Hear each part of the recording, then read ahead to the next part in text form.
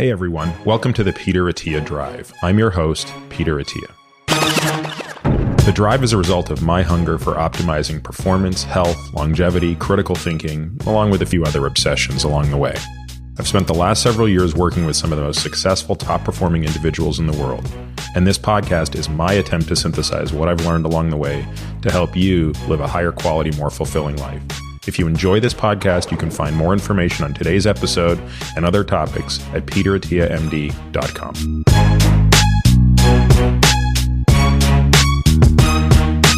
Hey everybody, welcome to this week's episode of The Drive. I'd like to take a couple of minutes to talk about why we don't run ads on this podcast and why instead we've chosen to rely entirely on listener support. If you're listening to this, you probably already know, but the two things I care most about professionally are how to live longer and how to live better. I have a complete fascination and obsession with this topic. I practice it professionally, and I've seen firsthand how access to information is basically all people need to make better decisions and improve the quality of their lives. Curating and sharing this knowledge is not easy, and even before starting the podcast, that became clear to me. The sheer volume of material published in this space is overwhelming. I'm fortunate to have a great team that helps me continue learning and sharing this information with you. To take one example, our show notes are in a league of their own. In fact, we now have a full-time person that is dedicated to producing those, and the feedback has mirrored this. So all of this raises a natural question. How will we continue to fund the work necessary to support this? As you probably know, the tried and true way to do this is to sell ads. But after a lot of contemplation, that model just doesn't feel right to me for a few reasons. Now, the first and most important of these is trust. I'm not sure how you could trust me if I'm telling you about something when you know I'm being paid by the company that makes it to tell you about it. Another reason selling ads doesn't feel right to me is because I just know myself. I have a really hard time advocating for something that I'm not absolutely nuts for. So if I don't feel that way about something, I don't know how I can talk about it enthusiastically. So instead of selling ads, I've chosen to do what a handful of others have proved can work over time, and that is to create a subscriber support model for my audience. This keeps my relationship with you both simple and honest. If you value what I'm doing, you can become a member and support us at whatever level works for you. In exchange, you'll get the benefits above and beyond what's available for free. It's that simple. It's my goal to ensure that no matter what level you choose to support us at, you will get back more than you give. So, for example, members will receive full access to the exclusive show notes, including other things that we plan to build upon, such as the downloadable transcripts for each episode. These are useful beyond just the podcast, especially given the technical nature of many of our shows. Members also get exclusive access to listen to and participate in the regular Ask Me Anything episodes. That means asking questions directly into the AMA portal and also getting to hear these podcasts when they come out. Lastly, and this is something I'm really excited about, I want my supporters to get the best deals possible on the products that I love. And as I said, we're not taking ad dollars from anyone, but instead what I'd like to do is work with companies who make the products that I already love and would already talk about for free and have them pass savings on to you.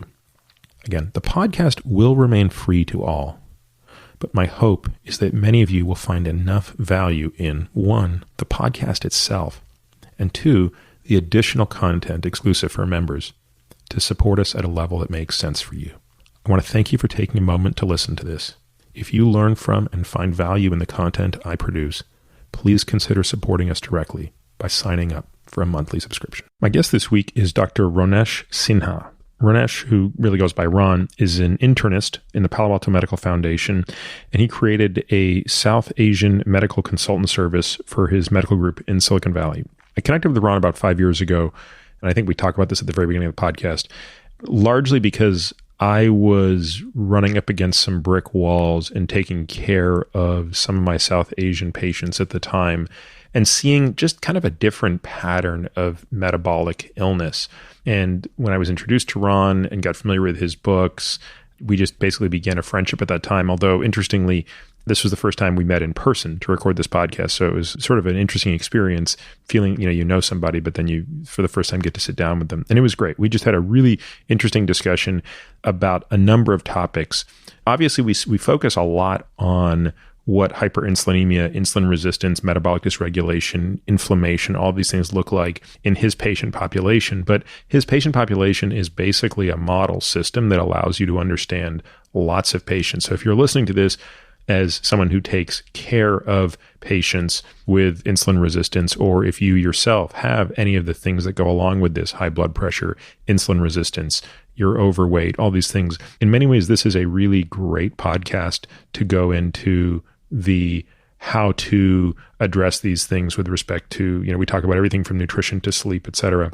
I would say one of the things about this podcast that was a totally pleasant surprise was the part of the discussion that we ended at, which is Ron's really interesting and unique purview into what's happening in Silicon Valley with respect to stress and with respect to how that is trickling down into kids. And in fact, something he said to me at the very end, after we had stopped recording, but we were sitting around talking, and this is often the case where you have these amazing discussions 10 minutes after you turn the mic off.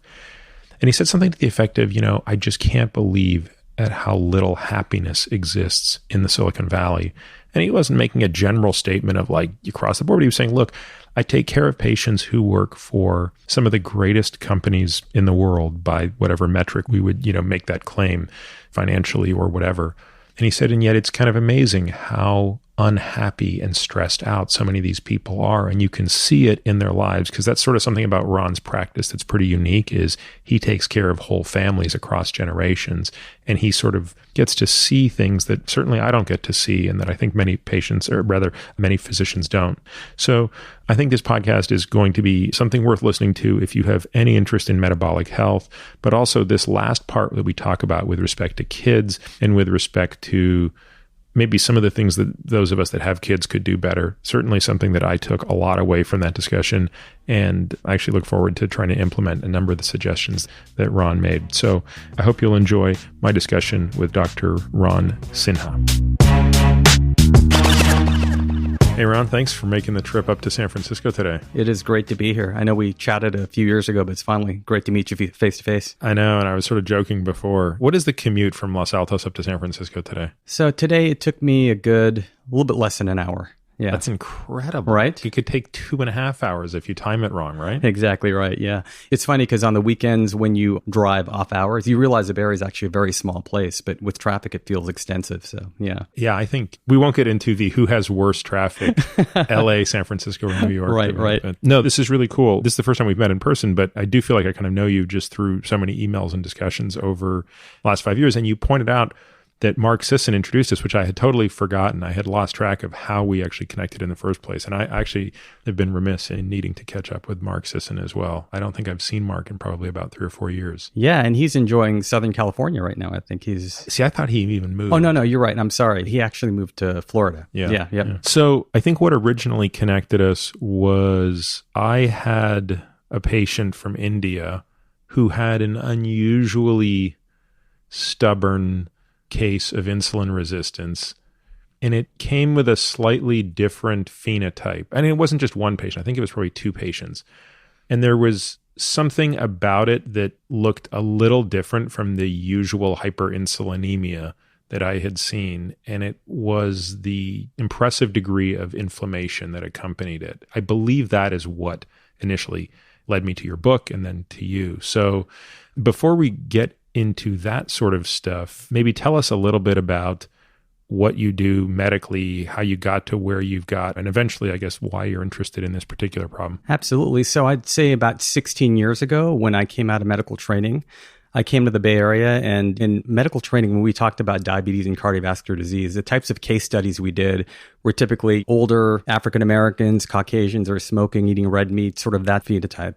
And I get to basically the Bay Area and I start seeing patients, and my clinic at that point was pretty much proximal to a lot of Silicon Valley companies. And I started seeing a ton of people of East Asian and particularly South Asian background that were coming in with really early diabetes and with wicked family histories of diabetes and heart disease in almost every family member. And this is something I never knew about, Peter. I'd kind of read anecdotally about this, but I didn't realize that this was such a common manifestation. And then as I started digging more into the research, I realized when you look at the UK and Canada, there is unprecedented amounts of diabetes and early heart disease in these patients.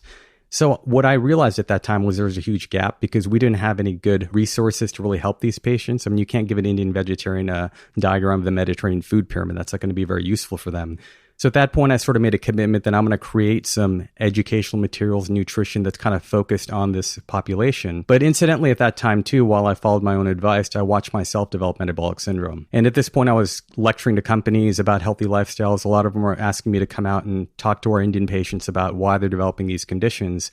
And frankly, at that time, I felt like kind of a fraud because here I'm giving the advice and I see my triglycerides shoot up to above 300, my HDL's in the 20s, my ratios are way elevated. I'm like, what's going on here? And at that point, I sort of stepped outside of nutritional guidelines and looked at, okay, really the root cause here is insulin resistance. I can't just provide a one-stop sort of meal plan for all these patients. I've got to do some deeper research. What advice were you giving at that point in time that you felt you weren't able to follow, or even if you were following it, it wasn't working? I was really following more of a low-fat, low-cholesterol, caloric-based model because that's all I basically knew. I knew a little bit about carbohydrate restriction and those types of approaches, but I didn't really see that as being a meaningful way to approach it. And really at that time, I was following everything to the T, 5 days a week, eating the right types of diet. Were you a vegetarian also? No. So I'm from Bengal, from North India. So we eat red meat, we eat fish. That's a staple part of our diet. So I wasn't, but still eating a lot of sort of the healthy starches at that time and recommending that to patients as well. And you bring up a key point because at least half of my patients were vegetarian Indians. And I noticed some of the most significant lipoprotein abnormalities in those patients, really unprecedented diabetes. So I was like, what's going on here? These guys are eating the Indian vegetarian diet. Why are they so sick and so inflamed, like you pointed out with your initial case? So I know exactly what you're referring to. You feel like, why am I doing all this stuff correctly and it's not working? So was there kind of a aha moment, or was it more of a gradual tinkering that you did? It was gradual tinkering with my case. So basically playing around with the macronutrient composition of my meals and sort of following my numbers. At that time, what I was doing is I was tracking my triglycerides every 2 to 3 weeks, basically, after making changes. And that's something I do with patients is I check at least their trigs once a month while making changes to see how they respond. And it was amazing because as I was doing this with my first few patients who had high triglycerides, in some cases for over a decade, within weeks, we'd make some simple changes and I'd see dramatic numbers, which you're familiar with. But at that time, it was awe-inspiring to realize that, wow, I don't have to put them on fibrates and fish oil. I can just make a few tweaks to their breakfast and lunch and see these dramatic improvements in triglycerides and HDL as well. How significant were these changes? What kind of reductions were you seeing in the triglycerides? Within 3 to 4 weeks, we would see drops of 150 points easily. Because their carbohydrate intake, my average South Asian patients, the vegetarians, 300 to 400 plus grams of carbohydrate per day. Some of my East Asians were eating upwards of 500 to 600 grams, which is pretty typical in areas of urban China and things. So it's really off the scales when you think of the staple amount of carbohydrates you're taking in. Now, it's, I think, a little counterintuitive, perhaps to a listener and probably to your patients at the time, because a triglyceride sounds like fat. How would you explain to them the relationship between carbohydrate and fat in that capacity? Really good point. And I think that's the most difficult thing because when they have high triglycerides, the general health information they look at is, well, triglycerides are blood fat, and blood fat is going to be reduced by eating a low-fat diet. But that's where basically in my clinic, I would show them the diagram of insulin. Basically, I'd show them the glucose sort of parking lot, and glucose molecule, and show the hormonal mechanisms of how glucose is basically converted into triglycerides within fat tissue. So I wouldn't go into details, but I'd basically show them the conversion. And now what I've developed is a lot of animations that sort of show this process because there are a lot of people, it's very tough for them to logistically understand how that conversion happens. And unless they buy into that concept, it's very tough for them to just reduce to carbohydrates and be liberal about their fat intake. So, now, how many African-American patients were you taking care of at that time? African-American patients at that time. So interestingly, when I was in Southern California, quite a few, but here in the Bay Area, a handful at most. Yeah. You, I'm sure, saw the stark contrast, which is African-American patients can have type 2 diabetes, frank diabetes, and yet have normal triglycerides. Yes. That's quite common. Right. Did that throw a bit of a wrench in your understanding of the system? A little bit, it did. That's when I started looking at these patients more from a body sort of a habitus type standpoint. And I started to realize that with my South Asian patients, one thing that's very common in them is they have very slender limbs. Legs and arms are very skinny. And compared to my African American patients or others that develop insulin resistance, they've got much more leg mass and much more lean body mass. And I think that lean body mass does provide them with the ability to process and burn those triglycerides for energy more effectively. Whereas with my South Asians, they have such a high degree of the visceral fat. And when you look at cross sections of African Americans, Caucasians, and South Asians, when you look at the ratio of subcutaneous to visceral fat, it's remarkable what the ratios are like. And that's why South Asians and East Asians develop such acute inflammation and insulin resistance at low body weights because the proportion of that visceral fat is significantly higher. So take a moment to explain to people the difference between visceral fat and subcutaneous fat. Sure. So when you think about those two types of fat, I actually like to think of it in three zones. So basically, you've got what we call the SCAT, the superficial subcutaneous adipose tissue. You've got the DSCAT, which is the deeper layer of subcutaneous adipose tissue, just right underneath the skin. And then you've got the visceral fat. And the way I explain it to people is think of sort of a city versus a suburb. So the subcutaneous fat is really out in the suburbs, the superficial. The deep is a little bit further in. So this could be basically South San Francisco, and the visceral is basically around the organs. And the way I explain it like that is because with the suburban fat,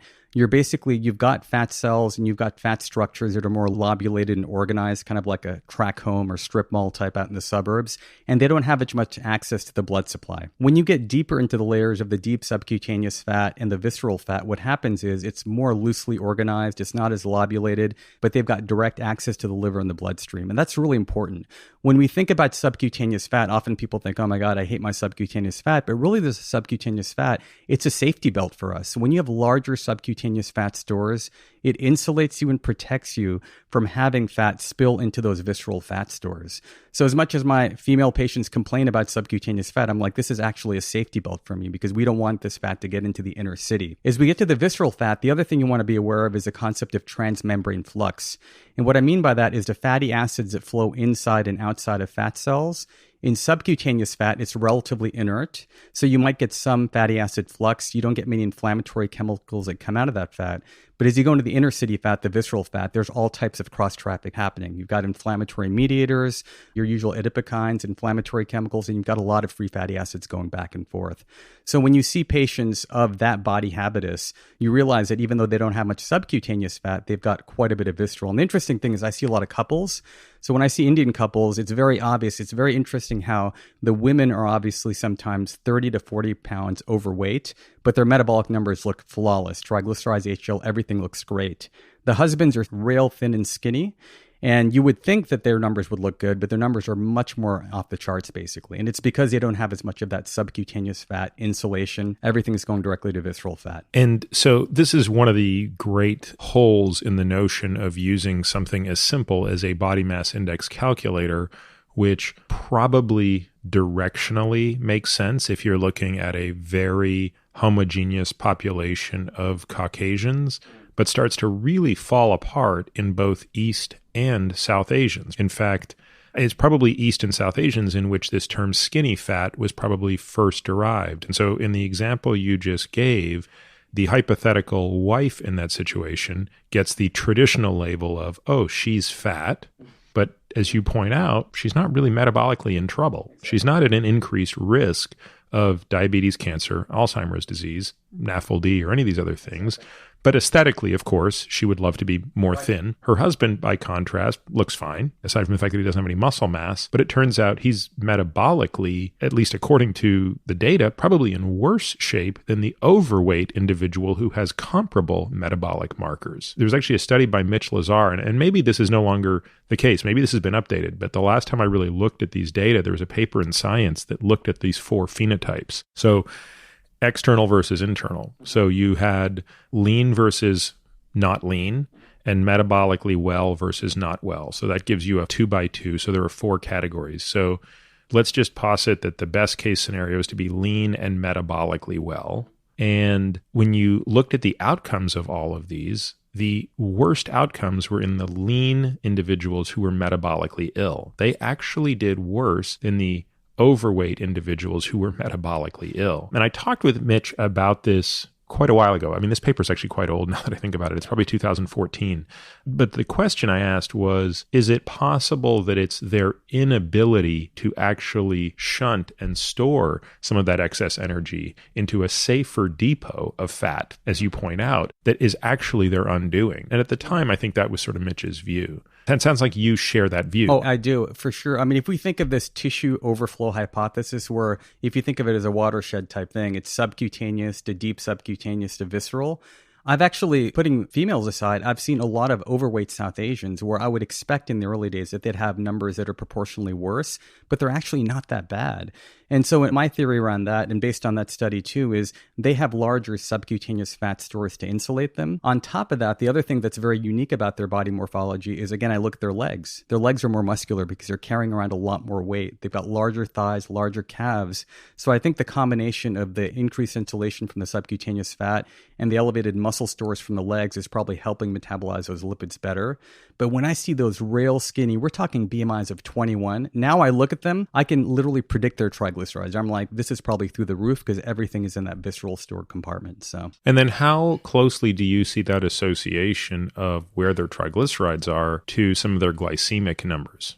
In other words, can you look at that and get a sense of where they are on the spectrum towards having type 2 diabetes? That's really interesting. So I see a lot of discordance in my population. So I see a lot of them that will come in with the triglycerides, and maybe because I'm catching them at the early stage, I don't necessarily see the glycemic impact of that, and they might be 10 to 15 years away from that. Yes, I absolutely get the ones that come in with full-blown prediabetes or type 2 diabetes and triglycerides, but I'd say the majority of the population that I see, they've already got fatty liver, they've got high triglycerides, but their glucose looks fine. And that is a really important population to really educate, because I'm telling them now that you don't have prediabetes, you have pre-prediabetes. And this is where we can make the most impact at this stage, because you've probably got some preserved beta cell function. You've got some compensatory hyperinsulinemia that's overcoming that. But if we can really make a move here, and just knowing that they have pre-prediabetes, because they all have like at least one family member that has diabetes. So that's the one condition they don't want. But they've never had a doctor that's taken kind of a non-glycemic diagnosis of diabetes, where your glucose is normal, you're fine. No, it's your triglycerides. And even before that, it's just your darn waist circumference. And can we actually attack it at that point and go from there? So. And what about the hyperinsulinemia? Do you see in those patients normal glucose but elevated postprandial insulin? So I got to be honest with you in saying that, so in the early days, I was checking those numbers quite a bit, and I would see that. I'd do insulin and glucose tolerance tests, and I'd see that. I'm probably not checking that as often now, but when I do check it, usually their fasting insulin at least is off the charts. So definitely they've got signs of early hyperinsulinemia. Yeah. Like, I wish I could take a sabbatical for a year from life, because I know we've gone over this a little, we've even talked about this a little bit through email. I really feel like I'm trying to coalesce around, I hate the term because it sounds so stupid, but a unifying theory of metabolic disease. Yeah. Of course, the problem is in physics, unifying theories are very neat. And in biology, by definition, they're anything but unifying. So it's actually kind of ironic that we would use the term, because by definition, it's bootstrapped together with, well, there's this subset and this subset and this subset. And sometimes you can get a combination of these two, and sometimes it's these two. But there are these different phenotypes. I mean, there's no denying the normal triglyceride, normal LFT person who for some reason is not getting fat accumulation in the liver and therefore doesn't seem to have an excess of fat efflux from the liver. But they're already on the way to diabetes, if not already having diabetes. By the way, part of the problem is I don't really like the definition of diabetes. I don't really like the definition of type 2 diabetes today. I don't think that the hemoglobin A1C is particularly helpful. So this is my soapbox. So there's two issues I have with it. One, now that about a third of my patients are using CGM and it's being calibrated, so we're using the Dexcom because it's much more accurate than the Libre, and it can be force calibrated. So even though the FDA says it doesn't need to be calibrated, you can still force a calibration twice a day, so you get really accurate readings. When you put these things on patients for 90 days, you actually find out what their average blood glucose is. You then compare that to the imputed average blood glucose from hemoglobin A1C, and if 25% of our patients are concordant, that's pretty good. 75% are discordant, and it could be in either direction. That's the point. In other words, for a subset of patients, the hemoglobin A1C that you measure in their blood, which imputes an average blood glucose, is underestimating their average. And in a subset, it's the opposite. Yeah. This has led me to, first and foremost, be quite suspect of hemoglobin A1C. I first noticed this in myself, by the way. I'm incredibly discordant. I suspect it's because of my beta thalassemia minor, which grossly overstates my hemoglobin A1C.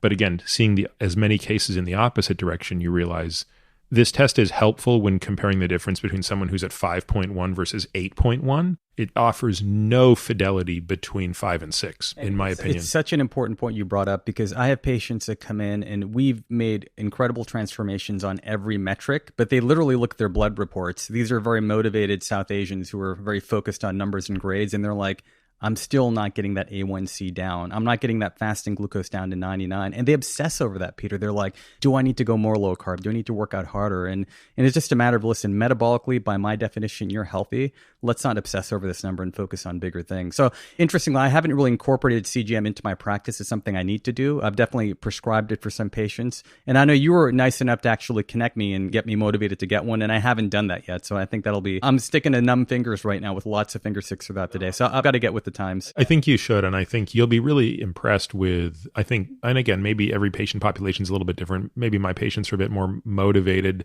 but who knows? That's not necessarily the case. I think patients find it valuable on two fronts. The first is the insights are really impressive. You just can't believe how much certain things can affect your glucose levels. Even the most benign thing, like a handful of raisins or a particularly large Fuji apple or something like that. And then conversely, how eating the exact same amount of glucose with something else can delay that transit and slow it down. And then, of course, how what you eat in proximity to exercise versus time of day versus how well you slept the night before. So there's like the entire insight sphere. And what I usually tell patients is at the outset, the first 3 to 6 months of wearing CGM is 80% new insights and 20% behavioral modification, which is the gamification that comes from once you know what to do, actually doing it because you like the numbers. But then you sort of get past that point and you learn most of it and you're not getting surprised all that much. And then the benefit actually becomes the behavioral one. I've been wearing one of these things now for probably 3.5 or 4 years. So for me, I'm not gaining new insights daily. Maybe every week I get a new little insight. So maybe it's 10% insight related. But the behavioral piece, it's basically a walking Hawthorne effect. I was going to ask you about, are you wearing it now more for behavior? Because yes. I figure you've gotten all the insights, but this really prevents you from digging into that bag of Cheetos or whatever you're... That's exactly right. We have pretty clear metrics with where we want to be, both in terms of average glucose, in terms of standard deviation of glucose, which we use as kind of a proxy for insulin, and then in terms of the number of times you have excursions over 140. That becomes kind of another metric you want to avoid. And so it absolutely curbs my behavior when I am wearing it, which is most of the time. I probably 300 to 330 days out of a year I'm wearing it. Definitely dials my behavior in. Absolutely. So now going back to this point, you've got these different phenotypes of diabetes, and I think that the whole diagnosis of just relying on an A1C being above 6.5 is not very helpful because, one, I don't think I trust that number enough to hang my hat on it. And secondly, why is it that somebody who's got maybe an average blood glucose of 120, which wouldn't quite be at that threshold at a fasting level, but has these postprandial glucoses of 200, why would we not consider that person to be at risk? And yet we don't treat that person in the same way. So my view is basically to tell patients, I'm not remotely interested in any of these labels. They don't mean anything. I don't actually look at hemoglobin A1C except out of the intellectual exercise of contrasting it with this CGM.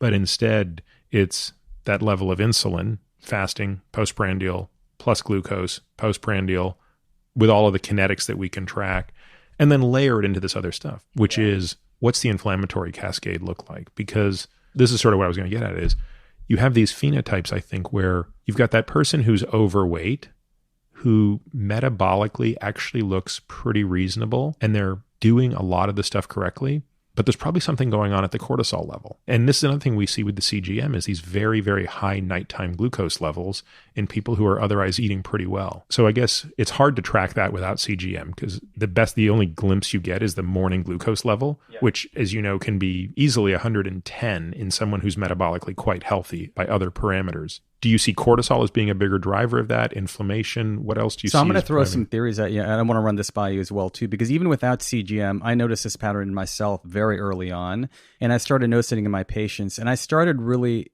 focusing on them calming down their nighttime rituals, getting off the devices, doing some meditative practices in the evenings, and checking their fasting blood sugars the next day. And I clearly saw improved fasting blood sugars. And it makes so much sense, Peter, when you think about the fact that the liver is really in charge of what that morning blood sugar is going to be. And the liver, the cortisol is such a huge input to that. And when you think about the process intellectually, if these are individuals who are already insulin resistant, presumably their adipose tissues have a lot of free fatty acid release and lipolysis. So you've already got free fatty acids going to the liver to fuel gluconeogenesis. Now, if you add cortisol on top of that, cortisol has the exact same effect on adipose tissue, right? So you've got two sort of lipolytic inputs, a higher pool of free fatty acids going to the liver. So that liver is primed to produce sugar.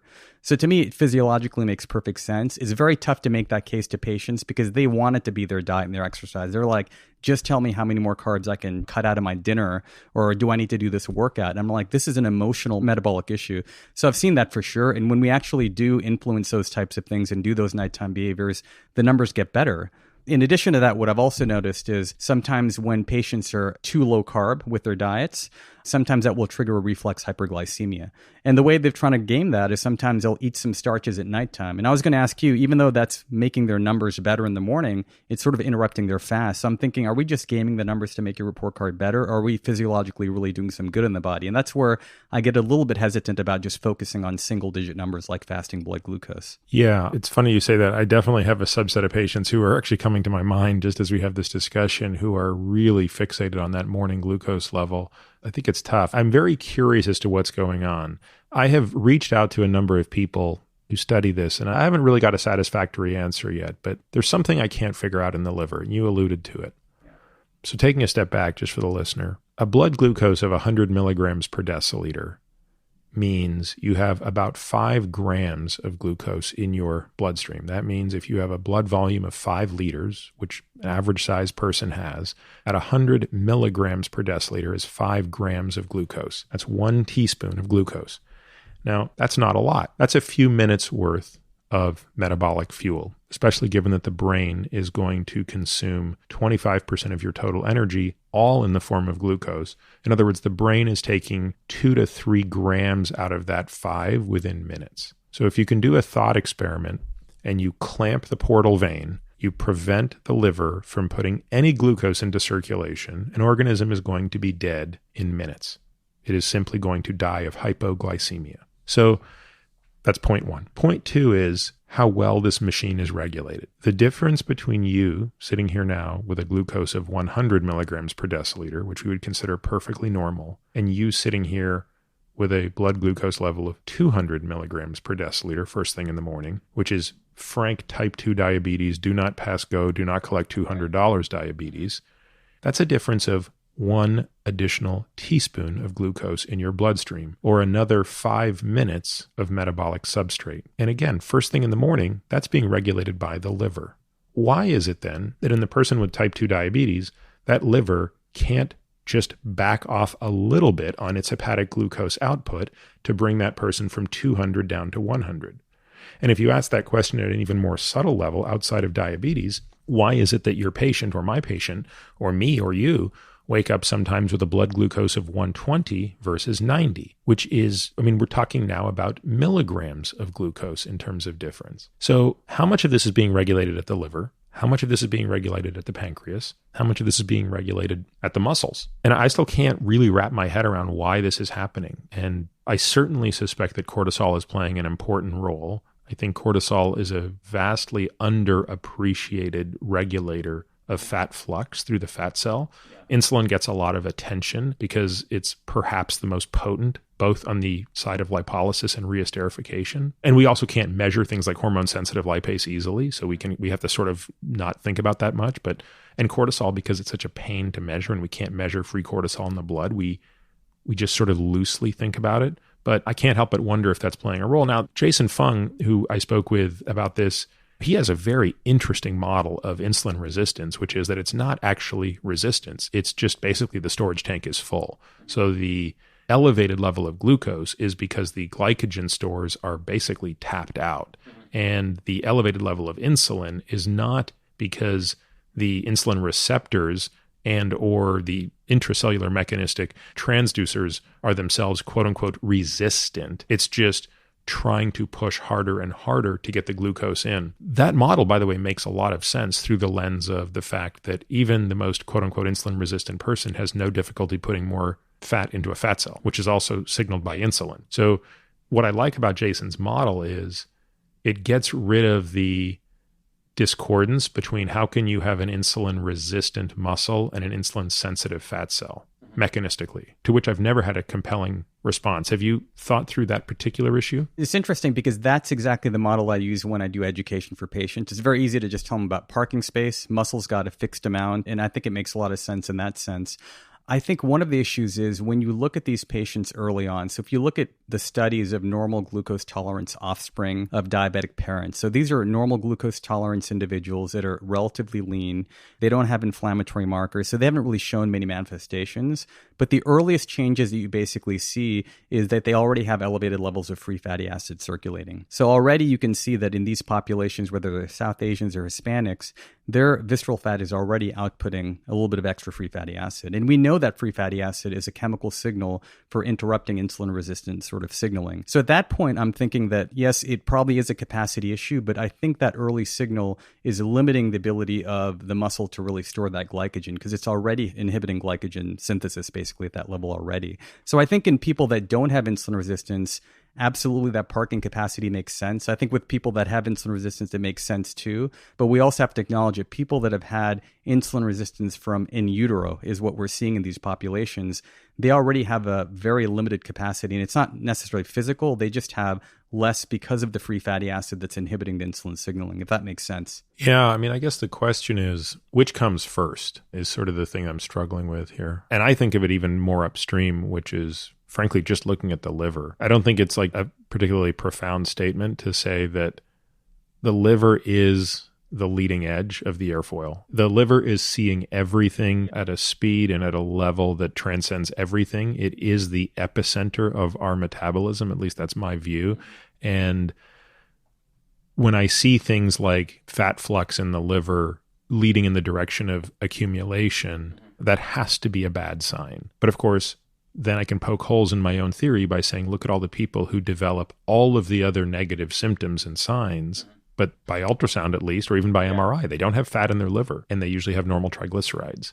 And yet they have these other issues that you're alluding to. This is why I appreciate you saying that you truly don't understand insulin resistance, because I think when people say they do understand it, literally, I've written diagrams of every possible thing, and your head's in circles. You step back thinking, I really don't get this at all, but it's true. And there may not be one cycle, because I think I was trying to find one process flow that would explain all these cases. There could be multiple. I mean, we can see arrows and diagrams going in multiple directions. And I realized at a certain point that I need to understand this process, but I'm probably not going to figure out exactly for each individual patient. I've sort of got to go for the low-hanging fruit and see what's going to lead to the most meaningful lifestyle changes for them. So that's a good point to make, because I think if you're listening to this, you're thinking, well, if Peter and Ron are sitting here basically acknowledging they don't know what insulin resistance is, does it matter? And more importantly, like, what does it mean to me? And so, yeah, I emphatically say, I don't know what insulin resistance means anymore. I have theories. The theories are plausible if you permit me to wave my hands a little bit and acknowledge that there are going to be different categories of insulin resistance that will apply to different patients, but I can't give you mechanistic explanations as to why. But it's why I do tend to focus on hyperinsulinemia, because when I talk to patients about the endocrine system, I usually walk them through 4 of them. I say, broadly speaking, let's look at this through the level of your thyroid system. And so, again, we talk about what's happening between the hypothalamus, the pituitary, the thyroid, and the periphery. Let's call that one system. And then I say, let's now have the same discussion about the adrenal system. Again, same sort of connection. And then let's have a similar discussion about your sex hormones. And then the 4th system I talk about is this system of fuel partitioning, which of course has to do with how does the energy you consume get stored and how do you access energy? And usually they get the first 3, but then it's that 4th one that's sort of like, what do you mean by fuel partitioning? And I say, well, first of all, blood can only give us part of the answers here. I mean, you have to do some other metabolic testing to get the others. But I said, if we don't have a hard time talking about hypothyroidism and hyperthyroidism, so we can simplify this fuel partitioning problem by at least looking at one element of it, which is hyperinsulinemia. And in some ways, that's why I still really favor the oral glucose tolerance test.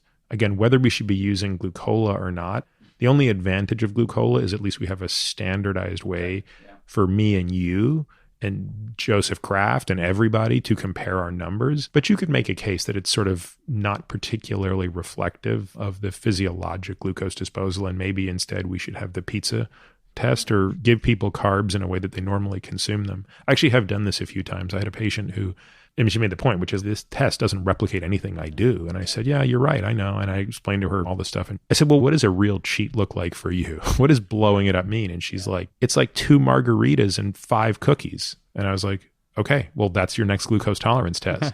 Right. Now, of course, the problem is we still end up doing that test in the morning. But even that's not the right thing to do. If you really want to do this test correctly, you would do the 2 margaritas and the 5 cookies in the afternoon or whenever you're going to do it.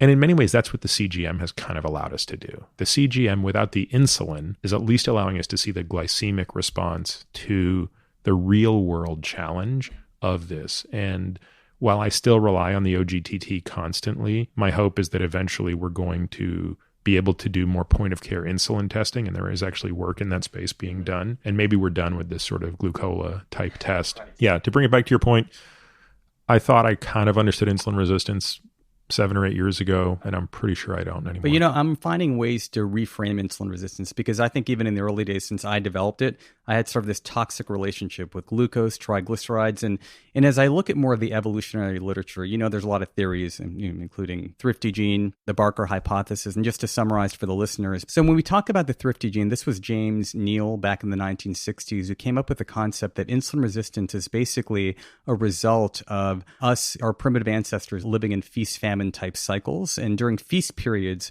what they would do is they'd store extra calories viscerally, abdominally, and store calories as triglycerides so they can survive during times of famine. And it was a very popular theory back then, but then there was never a putative gene found for that. And then really when you talk to experts, they say we never really had, if you look at sort of evolution, there were not large periods of famine that really could explain that sort of a genetic manifestation. So that basically evolved into this concept of a thrifty phenotype, or the Barker hypothesis. And this is really based not really on genes, but the fact that the intrauterine environment itself is what can trigger insulin resistance and heart disease. And what David Barker found, and this was in the 1912, I think, and what he found was he looked at 100,000 people in the UK, and he looked at records that showed that birth weight was inversely proportional to mortality from heart disease. And literally when they've reproduced this, they found this in every continent. So low birth weight equals higher risk of cardiovascular mortality and early cardiovascular mortality. And they found this in every continent except Africa. And when you look at that, and then you look at the work of Dr. C.S. Yajnik, and he's done incredible studies in low birth weight babies in India, particularly Pune. And he's found that already at a very early stage, when the babies are born, they're already showing fetal hyperinsulinemia. Their body habitus is already small, tiny fetal potbelly, like visceral fat, and very thin extremities. When you check their skin fold, you basically see that they already have limited subcutaneous fat when you compare them to Caucasians. And so this whole concept has come up about insulin resistance. Is this really a response to stress in utero, basically? And then another theory that he came up with is this soldier to diplomat hypothesis, which I find very interesting, where initially we might look at this problem as being something that allowed us to preserve more glucose for brain function. So insulin resistance really is an evolutionary adaptation that allows more glucose to be available so our brain can use it to really thrive and survive. We always talk about our primitive ancestors in terms of musculature, but you need to have adequate amounts of glucose reserves so you can go up the social hierarchy and you can lead a tribe. And I spoke to Jerry Reven about this early on. So Jerry Reven, he coined the term metabolic syndrome, the late Jerry Reven. And we talked about the fact that what do you think is the role of insulin resistance? And he agreed that there's probably some mechanism where it does help certain populations preserve glucose for brain function. And when you look at the South Asian population, interestingly, they are the most highly insulin-resistant country on the planet right now. And interestingly, if you look at sort of the metabolic shifts that are happening in terms of glucose and lipids, a lot of these are basically trophic to the brain. So Dr. Yajnik, he saw that basically this hyperinsulinemia, we know that insulin, and you've mentioned this before with IGF, above the neck, it does have trophic impact. So if you're in utero and you've got elevated glucose and elevated insulin, presumably it can have some impact on increasing IQ and intelligence in that period. And obviously, if it's an overcorrection of the system, if you're flooding that child with lots of sugar and carbs, that could go the other way. But it looks like there might be some adaptive qualities to insulin resistance that sort of help with brain function and cognitive abilities. And again, I'm more guilty of this than the next person, but we keep doing this, right? Which is we use the term insulin resistance right after we acknowledge we don't even know what it means. Right. And so what you're really describing is the hyperinsulinemia with compensatory high glucose. So actually, Jake Kushner just sent me a paper last week that I don't want to say too much about it because I'm still going back and forth with him on sort of the interpretation. But the paper is trying to look at mechanisms for why refeeding after carbohydrate restriction produces elevated glucose. And unfortunately, I don't want to sort of criticize the paper too much before having gotten fully through it, but my first reading of the paper is, God, they seem underfunded. They didn't measure, they didn't collect urinary C-peptide. Like, there are a lot of things they didn't do because at the first order, there's a question, which is, let's just pretend, and the paper looks at carbohydrate restriction, but I'm actually more interested in fasting. So let's just take either one of those cases. So either I carbohydrate restrict you or I fast you, and then I refeed you. Why do you have this disproportionate glucose response initially? Is it because of the muscle being resistant to the effect of insulin? Or is it because the pancreatic response is especially slow? Or is it something else? Is it a combination of these things? These are very testable hypotheses. Yeah. And certainly the first thing I'd want to know, and again, I don't think they did it in this paper, which is sort of what I sent back to Jake the other day, which is you'd at least want to rule out that it's not a blunted or delayed insulin response. Insulin pancreas is, you could anthropomorphize this any way you want.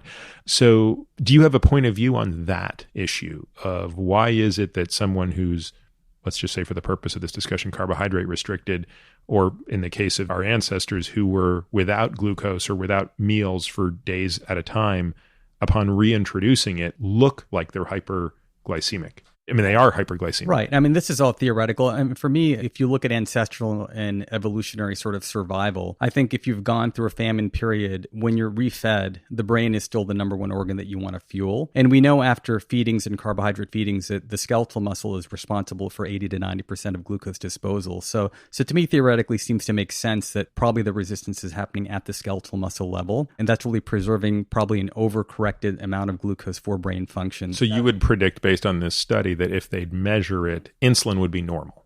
The insulin secretion would be normal. I think relatively, yes. And again, obviously, you can have mixed pictures. If this is advanced enough, you might see that. But in a pure sense, I would say you probably would see more of that with relatively preserved insulin. We might probably have to do a clamp study to really make that come true. So yeah, I'm working with a guy who's got a device that can actually measure insulin and C-peptide at point of care. So one of the things I'd like to do on my next fast is when I break a really long fast, use a standardized meal of glucose to refeed and then see what the glucose and insulin response is to that. And after, say, 7 days of zero input, and contrast that with the same meal given in the context of being normal fed. Yeah, that would be interesting. Yeah. So hopefully I'll get to that. I might even get to that before this podcast comes out. So it's possible that by the time this podcast out, I will have already done that and maybe even talked about it. Another point too, I'd have to look back at the study, but when you flood the system with insulin, even in normal glucose tolerance individuals, if you flood them for 24 or 48 hours, they have a significant diminution of their beta cell function. I mean, it already sort of has a depressant effect on that. And I think when you study patients that have even early stage insulin resistance, they've got somewhat fatigued beta cell function already. And coming back to those fetal studies, they already found that even with fetal hyperinsulinemia, the beta cells were just not as developed. They're already showing some signs of early wear and tear just from in utero hyperinsulinemia. So I think a lot of these individuals already have sort of a second-rate pancreas, and that on top of that, if you're flooding with hyperinsulinemia, yes, it's going to cause some skeletal muscle resistance, but there's probably some combination of some beta cell dysfunction along with that. Was there not a study, and I don't even want to put out a year because I'm sure I'm wrong, I think it was like 2013, that actually showed genetically that both East and South Asians had lower beta cell density genetically, and that feeds into what you just said as another part of the predisposition to almost bypassing the obesity phenotype. So you go from, because again, you could think of this as the standard Caucasian path is normal to hyperinsulinemic to obese to diabetic. And where these Asian populations, they just seem to skip the obesity phenotype more often than not, and they end up going metabolically dysregulated, which could be partially explained by bypassing hyperinsulinemia if you have less beta cell, either density or functionality in some way. Mm-hmm. No, I think that makes a lot of sense. And am I right? Was my memory correct that there were studies demonstrating this? There was. And I remember seeing the data in the South Asians. It might have been in one study where they combined both populations. So I'd have to look back at that. But definitely I've seen other studies in South Asians about beta cell dysfunction that happens earlier. And there's a genetic link with that as well. And kind of bringing it right back to where you talked at the outset, the other study that I think is interesting is when you looked at the liposuction study. This was in the New England Journal of Medicine. I want to say it was 04-ish. I think Sam Klein was one of the authors. You took metabolically dysregulated people, you did liposuction, and I think they averaged about 30 pounds of fat removal from both the superficial and deep subcutaneous space, which is all that you can access through liposuction. And there was no metabolic improvement in the patient, which again makes a very compelling case that it's not fat per se that is the proxy even for metabolic dysfunction. In general, it's this visceral pool of fat. Exactly. If you think of that subcutaneous, like we talked about, as being your safety belt, you're kind of removing part of that safety belt. So I would expect that that's not going to have any impact because the visceral is where all the action's happening. So. And I don't know, I doubt this is ever going to be done in humans, but in animals, has anybody done the liposuction of visceral fat and seen if that improves metabolism? Or is it, again, that the visceral fat is just a proxy for something even more sinister metabolically and molecularly? I haven't seen that study yet. This is a little bit related, but there's a lot of interesting research on brown adipose tissue. And I'm starting to really focus on this because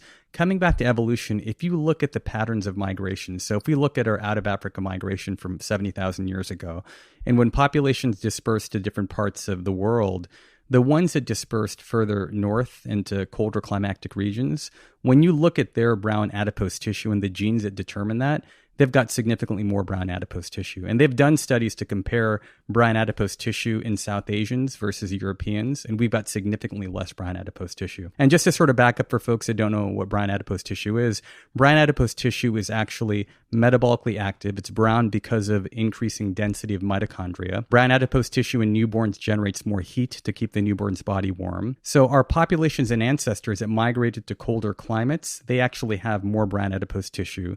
Their resting metabolism is higher. They can generate more heat. And that thermogenic metabolism can actually account for, at rest, between 15 to 18% of calories burned throughout the day. It's pretty marked. And when you look at that and you think about migration patterns and insulin resistance, the interesting thing is if you look at native population, you look at the Inuit and Eskimos in the colder regions, they've obviously got very low insulin resistance. But then look at the Pima Indians and others that migrated to southern sort of areas of the world. They have much higher risk of insulin resistance. Even with India, when you look at the country itself, in the northern parts that are near the Himalayas, you have some of the lowest incidence of insulin resistance. So there's a place called Manipur, which is near the Himalayas, and they have single-digit, basically, insulin resistance and diabetes. The highest rates of diabetes in India are further south near the equator. So Kerala has by far the highest. I mean, the prevalence here is up to 20%.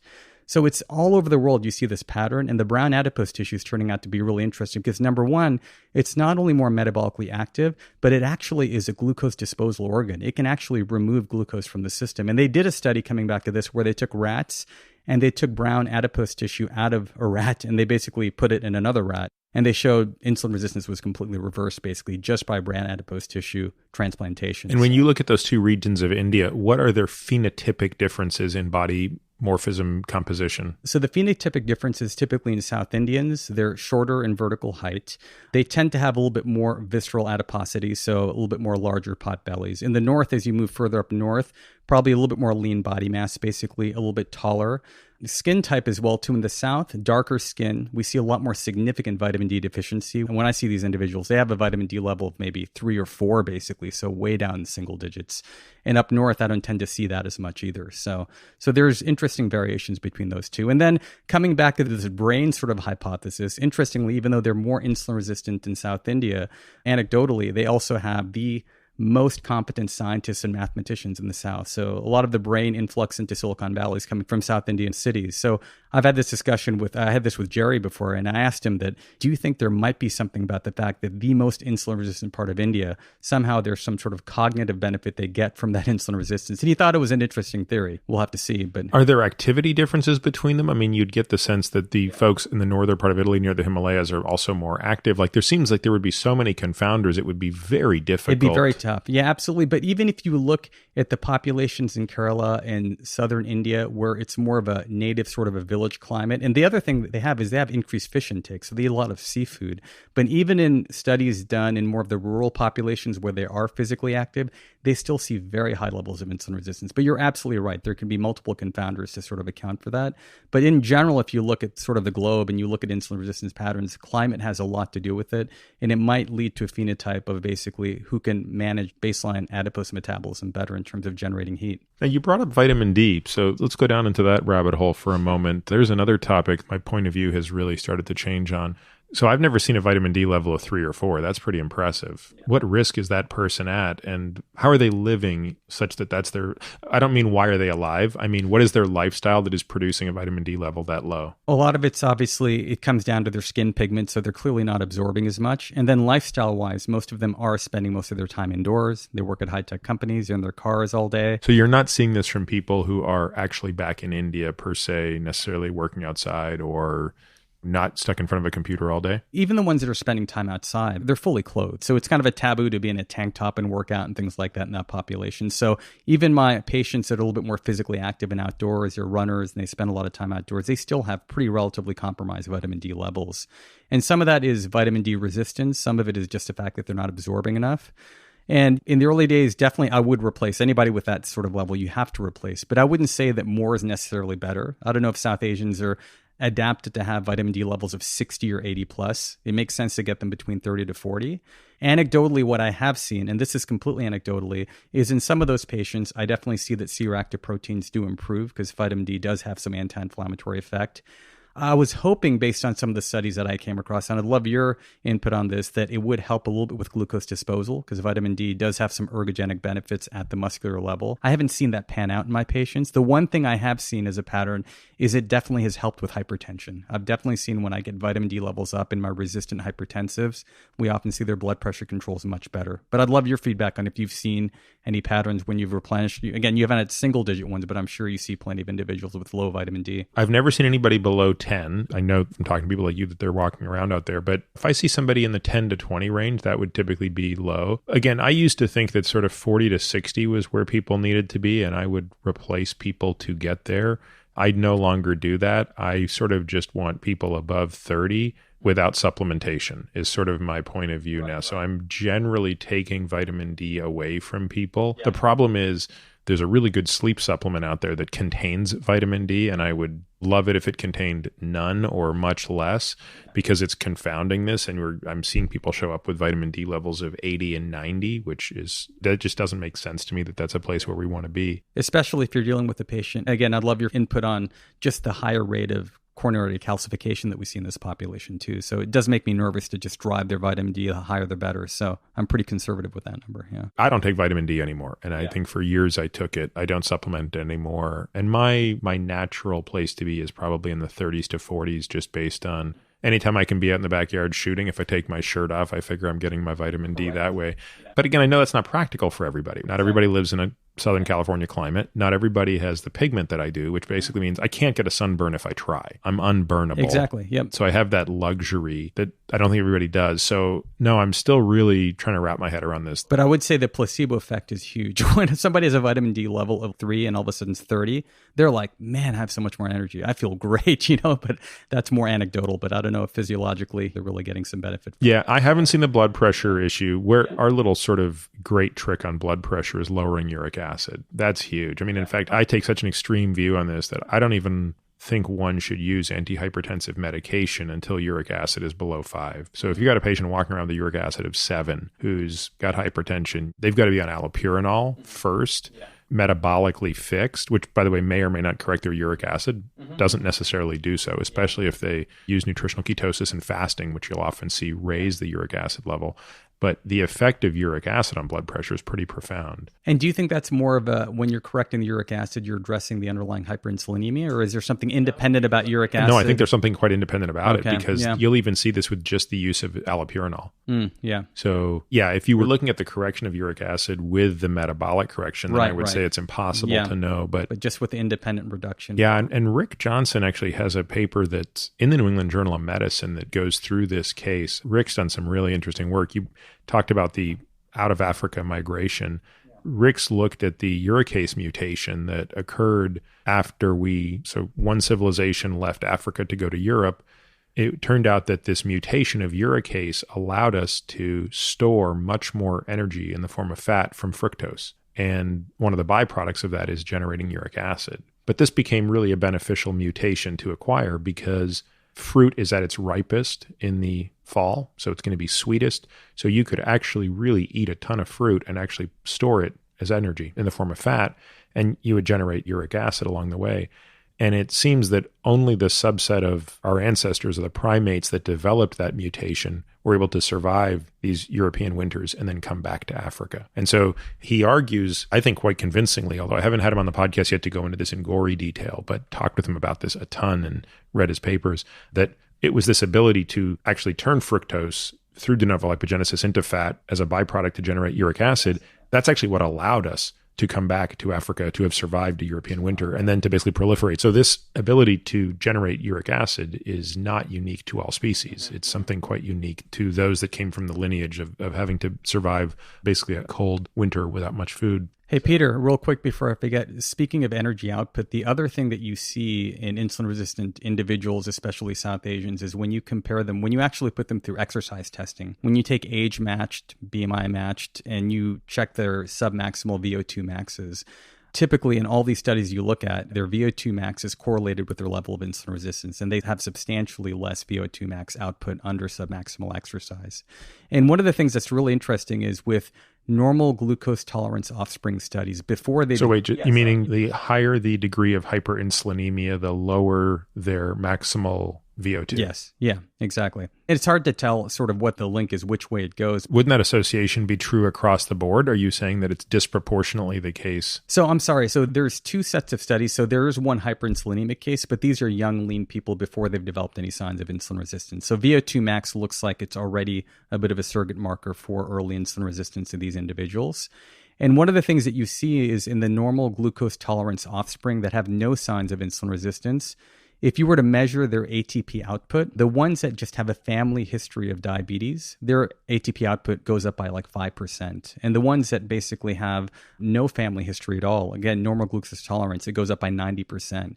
So even the earliest stages before you've seen any signs of insulin resistance, you're seeing significant mitochondrial dysfunction early on. So that's another theory is there something at the level of the mitochondria? And it's hard to predict, is this really something that's happening because of the increased influx of free fatty acids, this overwhelming beta oxidation, or is there something intrinsically wrong with oxidative phosphorylated genetic expression? So that's another theory. This is one of my favorite topics today, actually, is what is our best proxy for mitochondrial function? And right now, outside of having a laboratory where we're going to do mitochondrial biopsies and complicated in vitro assays, what we're using is a zone 2 fitness test. And so rather than look at VO2 max, which is by the time you're at VO2 max, you are both anaerobic and aerobic. You've, in theory, maximized your aerobic capacity, but you've also now brought in a lot of anaerobic metabolism. So what we're interested in is using lactate as a proxy to clamp lactate and figure out what maximum ATP production looks like. And the higher that number, then I think we can say more comfortably, the more mitochondrial efficiency you have, the healthier you are. So let me give you a practical example. You basically have to do this on either a treadmill or a bike. You could potentially do it on a rowing machine, but it's harder to sort of clamp the power. So let's just say you want to do it on a bike. You would ride against a fixed load of power in watts, and you sample the lactate level. And so you do long stages. So unlike a VO2 max where you're doing typically 3-minute stages and you keep ratcheting up by 25 watts until they fail, because there you're measuring in real time what their VO2 is. But lactate has a bit of a lag because you're measuring it as a finger prick. So you might do 10 or 15-minute stages and you have gradual increases. And what you're doing is generating this lactate performance curve. And what we think, and I say we, I mean, I'm talking about the people who are doing this sort of testing that I'm learning from, one of whom I'm actually going to be interviewing hopefully soon on the podcast, is looking at how much output can you generate while keeping lactate in the sort of 1.7 to 1.8 millimolar range. And certainly once you're over 2, you're starting to escape the capacity of the mitochondria a little bit. It's hard to do lactate threshold testing because even there it's very complicated. If you develop the whole curve, you can't really tell someone's lactate threshold until you can follow them all the way through to full threshold, aerobic threshold. But this is below that. The point I want to make is if your lactate threshold is sort of in the 3.8 to 4.2 millimolar range, this is definitely below that. And this proxy really matters. So we call this, what is your zone 2? And so if one person can generate 200 watts while keeping lactate below 1.8, and another person is generating 140 watts while keeping lactate below 1.8, well, that's a fundamental difference in mitochondrial performance. And so I think that, one, training that system, which makes more sense to me than training VO2 max, training that system, again, I'm going to do an entire podcast on this, so I don't want to go too far down this rabbit hole, but we're using 3 hours a week as the magic number in that zone. So 3 1-hour or 4 45-minute sessions at that intensity. But again, you have to know what it is, and it's empirical. Like I test my lactate on every single one of those sessions. But of course, I'm a freak. You don't have to do that. But even every 2 weeks to upgrade and figure out if you're moving in the right direction. And again, you can do it on a treadmill. Now, for me on a treadmill, I actually use a very steep incline and a brisk walk. The proxy that I've noticed for patients is if you don't want to buy a lactate device to check your finger, like your finger sticks, a poor man's proxy is zone 2 at this level is about the highest level of exertion at which you can carry out a conversation. Yep. That's a decent proxy, actually. Yeah, it's not that far off. I sometimes take phone calls while I'm doing my zone 2 bike rides because I'm on a stationary trainer. And they're uncomfortable phone calls, but not impossible. I could probably do a podcast on it because I'm asking more questions than I'm answering. I'd like to hear that podcast. Actually, that'd be fun. Right. So anyway, long-winded way of saying, look, I think that there is definitely something to it. I wonder if looking at zone 2 would be an even more sensitive indicator than VO2 because VO2, you can train that. When I used to ride a bike a lot and I knew I had a VO2 max test coming up, I could game the system, which is for about a month before the test, there are certain types of intervals you can train that really allow you to blow up. Plus, you drop a little bit of weight because it's very dependent on your weight. And so you could go from 60 to 70 on a VO2 max in a week. Maybe not a week, but probably in about 3 weeks. You could literally have that much of a jump in VO2 max just by managing your weight and a couple of types of workouts. But this zone 2 test takes longer. It's a little more robust. And also, I think it's not diluted by the anaerobic piece that comes into VO2 max. That's really eloquent. Yeah. Stepping back to lifestyle changes, and I'd like to get your input on this as well. But in my experience, I got to see in the early days, because I was seeing so many thin-limbed Asians or phenotypes of insulin resistance in skinny folks, that I was pushing weightlifting quite a bit on them. And I think it still makes a lot of sense for them to just generate more leg strength and more glycogen parking space. But what I've also realized over time is many of them, although they did well initially, because they were just so focused on weight training that they did become more deconditioned from a cardiovascular perspective. And I think that really had an impact on insulin resistance. In some cases, they plateaued or we just were not able to get their glucose tolerance where we wanted. So I'm finding now that I'm having to sort of go back and say, okay, we need to incorporate some low intensity, steady state cardio or some HIIT training. And it's a delicate balance because one thing I would tell you is when my patients that are really into endurance running, in specifically my Asian population, I find that they're much more catabolic when they do too much endurance training. So many of them that are racing for half marathons, they lose a lot of muscle mass from doing that. And we know based on studies in athletes that if you do a certain volume of endurance training, you are going to probably have AMP-activated protein kinase inhibition of mTOR. You're going to see some of that happen. But I think in these populations, that threshold is low. They go into muscle. I see it myself. If I do a lot of endurance work, my pants start getting looser because I lose leg mass very easily. So finding that delicate balance of, yes, we've got to build up your aerobic system, but we don't want to compromise your muscle mass is sort of critical. So, and I see that different in different ethnic groups. Yeah, that's interesting. You would definitely have more experience than me with both South and East Asian populations. My view is, because I do get asked the question all the time, what's more important? strength or cardio? And my first response is a glib one, which is yes. And my second response is, I don't even know what that means. To use the term strength or to use the term cardio aren't really helpful because they're so vague and you have to be specific. It's sort of like saying, what's more important, food or water? Yeah. Well, it totally depends, right? And strength does provide a lot of cardio benefit, as we know, too. So it's not a black and white thing. Yeah. I mean, even just the concept of strength training can mean so many different things to so many different people. So my view is, if you care about living longer, and again, not everybody should. Maybe not everybody does. I don't want to shove my framework down everybody's throat. But if you want to take the long view and you actually care about making it to your 80s and 90s and performing really well, being a super functional member of your family, your community, or whatever it is that matters to you, you absolutely have to be visiting at least 4 different components of exercise. The first being stability. So this is the one that's most sorely missing, and it's the one that is the root cause of most injuries that people have. And it's the one that is actually the most interesting to me. So it's basically the ability, it's restoring the body to its natural ability to transmit load across the muscles, preferentially, and not the joints. But doing that's a whole new way of training that we won't get into today. The second is strength. But again, what does that mean? And it's because you can have different types of strength, but the most important ones are going to be the simplest ones, which is the ability to hip hinge, the ability to pull, and the ability to push. And all of those things require enormous stabilization. So if you do those things without being stable, you get injured.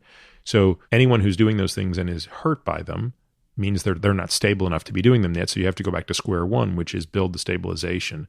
But everyone should be hip hinging, pushing, and pulling. And everything else is gravy. If you want to do some bicep curls on top of that, knock yourself out. But at the end of the day, it's push, it's pull, it's hip hinge. And those things have to be done, in my opinion, by everyone. Then you move over into this quote unquote cardio world. And there are many energy systems. And this is where I think people confuse the difference between athletic performance and training for life. So if you're training for a 5K, at the elite level, that's a 15-minute race. That's an energy system. That is a person who is running slightly above lactate threshold and then well above lactate threshold. That's basically what that race looks like. If you're running a marathon, which again, at the elite level, you're talking about 2 hours and 20 minutes, 2 hours and 30 minutes would be incredibly elite.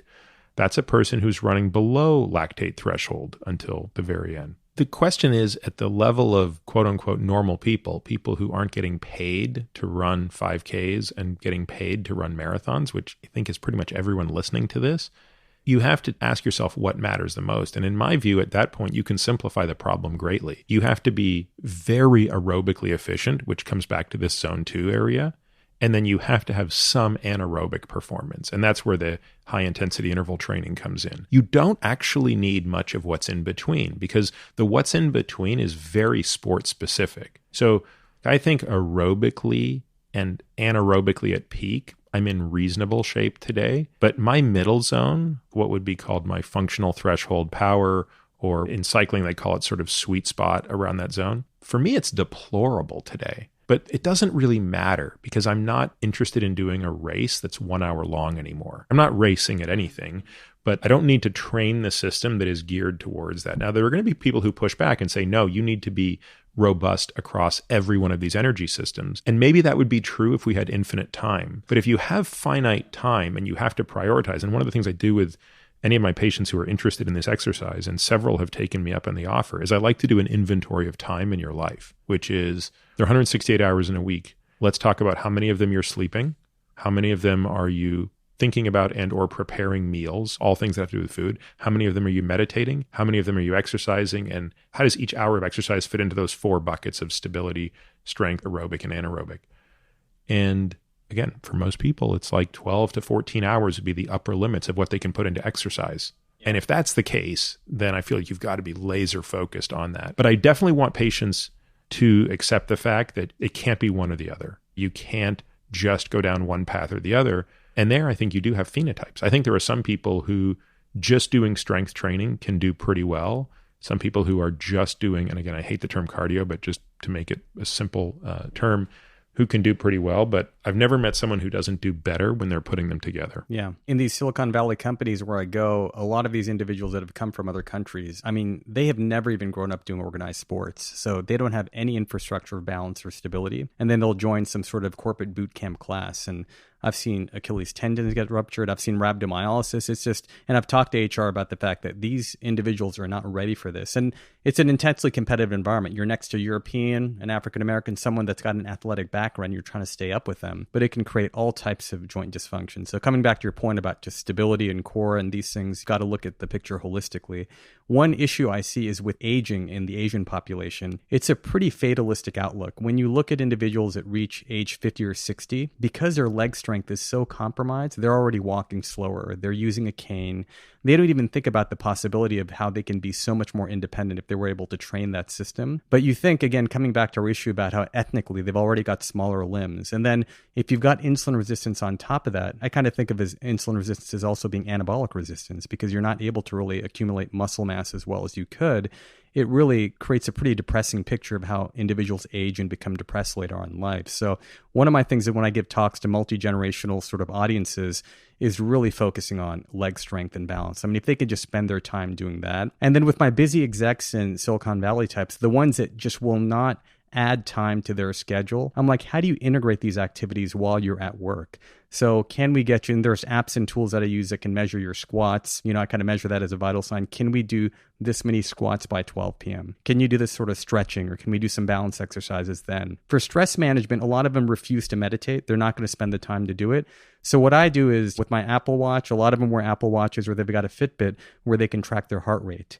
And I teach them how to breathe in ways that can actually bring down their heart rate. So I sort of call this active meditation. When you're in a meeting, what is your average resting heart rate? And I don't know if you've done this before, but it's interesting. When I commute to work or I'm sitting in meetings, I think I'm calm and I look at my heart rate. It's like 20 points above my resting. And then I just breathe through that and all of a sudden the number comes down. And a lot of my patients that have done that throughout the day, they brought their blood pressure down dramatically because now they're breathing their diaphragm, doing a lot of things like that. And once they get that concept, they're like, this is something that makes a difference. Maybe it is worth me doing some mindfulness, or maybe it's worth me doing more exercise. So it's kind of a hack that I use for the individual. I mean, you've got these patients who are like, there's no way in hell I'm going to be able to add 20 minutes to my day. Well, I'm like, what can we do during your day that can actually be more impactful, that might prove the case that this is meaningful? Yeah, a lot to unpack there. So it's funny. There's a guy I follow on Instagram. I don't know him. His name's Ben Bruno, though, and he might be like one of the best Instagrammers ever. He's just so funny. And I saw that he had a t-shirt that said every day is leg day. And I was sort of bummed because that's something I like to say. And I was like, oh, I would have loved to have made a t-shirt of that, but he already thought of it. So I should just buy his t-shirt.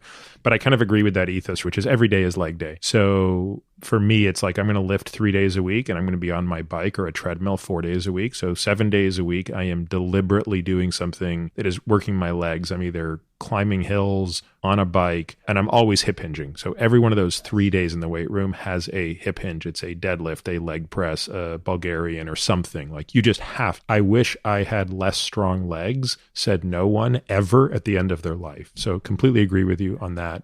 But again, I want to reiterate, if you try to do that stuff without cylindrical strength in the middle of your body, you're host. You're just going to get hurt. So you're going to hurt your back, you're going to hurt your hips, you're going to hurt your knees. It's interesting. Again, I think what you're describing vis-a-vis the heart rate is kind of a poor man's biofeedback. Some people that are more slick will use heart rate variability, but heart rate is a first order approximator of that. And certainly if you can lower your heart rate from 80 to 60 sitting in a meeting, you're doing something correct. Right, exactly. Yeah. And it's actually an elegant way that you do it, which is you use that as the thin end of the wedge to make the broader case to make change. You know, I've never really personally looked at meditation. I shouldn't say that. I think I used to look at meditation as a tool to reduce stress.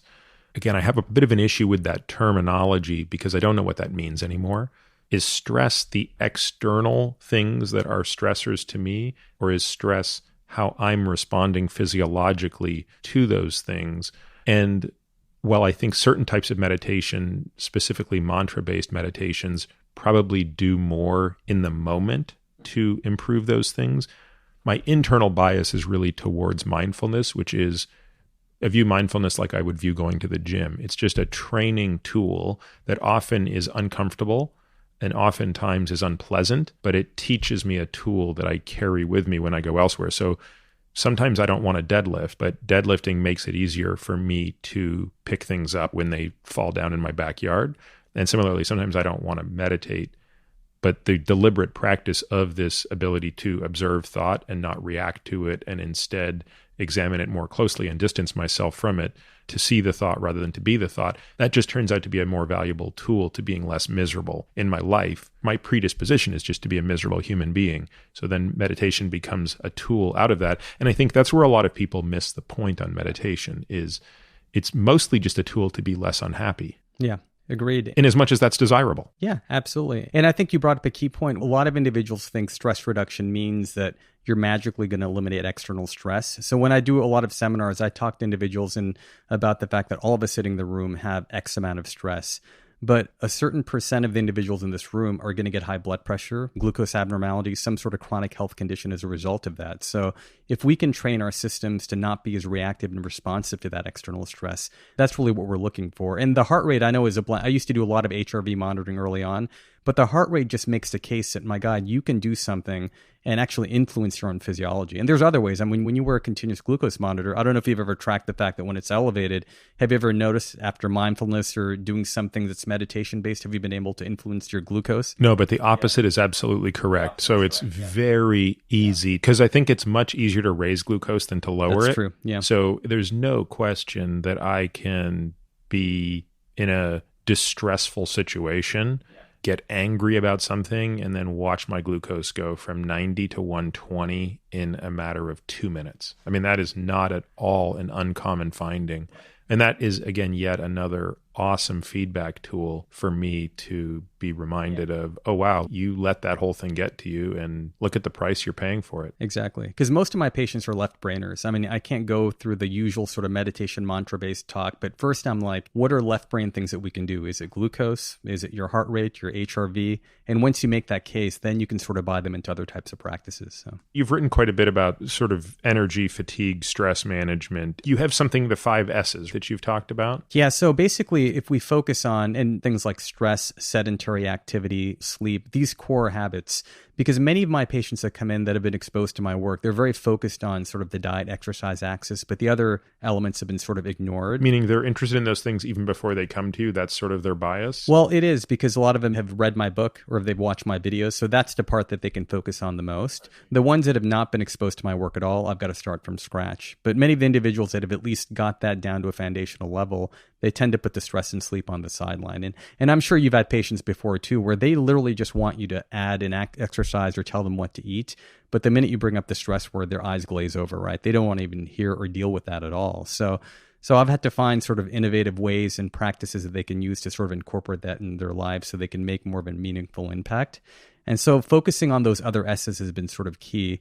And one thing that has really happened in my practice is a lot of my patients bring their family members in. So one thing about Indians in particular, they don't like to come alone to their visits. They'll bring their spouse. They'll often bring their parents or their in-laws. So I sometimes have 4 or 5 people in the room. And man, Peter, those can be some pretty intense sessions, because initially it starts off quiet. I hear about what the issue is, and then ask a couple of probing questions, and all of a sudden, all the family tension comes out. Because what I'm not realizing is when I see a patient individually, they come out nodding their head, they've got my prescription and plan. But what I don't realize on the back end is there's a mother-in-law at home that's doing all the cooking, or a nanny, or there's a family member that's visiting for 6 months that's causing tremendous amounts of stress. So when you see all the generational elements, you realize that, wow, this is much more challenging than just looking at one individual. And if you can engage that whole family unit, and it's interesting because of all the multi-generational issues, I can talk about the fact that, you know what, this teenage daughter's got PCOS. Dad's got coronary artery disease. You've got prediabetes. This is a spectrum, basically, right? This is insulin resistance across different lifespans. And it's pretty powerful, because when they get that concept and how it manifests with these different conditions, they realize that they've got to make multi-generational changes. Otherwise, if you just focus on one individual, it sort of gets lost in that. And how often are you seeing PCOS? So I don't see many teenagers in my practice, but the interesting thing is when I talk to parents, adults, and I mention PCOS, either their daughter's got it, or when I go through sort of the checklist of symptoms, they're like, they probably have it. And I've talked to some endocrinologists who've said in different parts of the Bay Area, and Fremont in particular, they're seeing probably 25 to 30% of Asian Indians probably have some manifestation of PCOS. What do you think is the root cause of it? So again, coming back to insulin resistance, I actually, just like you hate the word type 2 diabetes, I hate the term polycystic ovarian syndrome, because I really think it should be called insulin resistant ovarian syndrome, because I think really it's coming from, again, hyperinsulinemia. So really the effects of insulin on the ovaries, particularly the thecal cells, is causing the testosterone release, and that's leading to all the different manifestations. And for a teenage girl, aside from all the issues with type 2 diabetes and heart disease later on, for these teenage girls with facial hair, with obesity, with acne, with emotional disorders from this condition, it's absolutely devastating.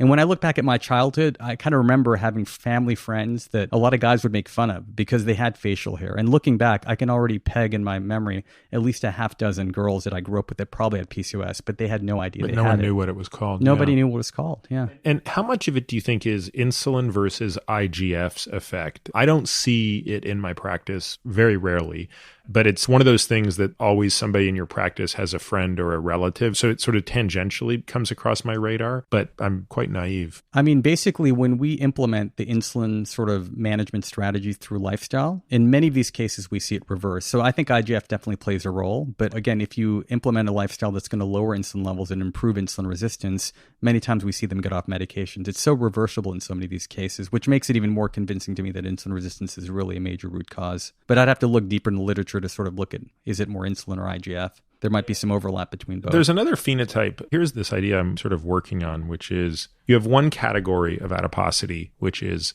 pure excess energy intake. Give someone access to unlimited food and give all the hedonic pleasures that come with it. There's a phenotype of adiposity. There's a subset of people whose bodies will autocorrect and reduce intake, and I suspect most of us would not. In other words, if you put me in an office with unlimited, or put me in the rat cage with unlimited food, I'm just going to get obese. And it won't matter a whole heck of a lot what macronutrient composition you're giving me.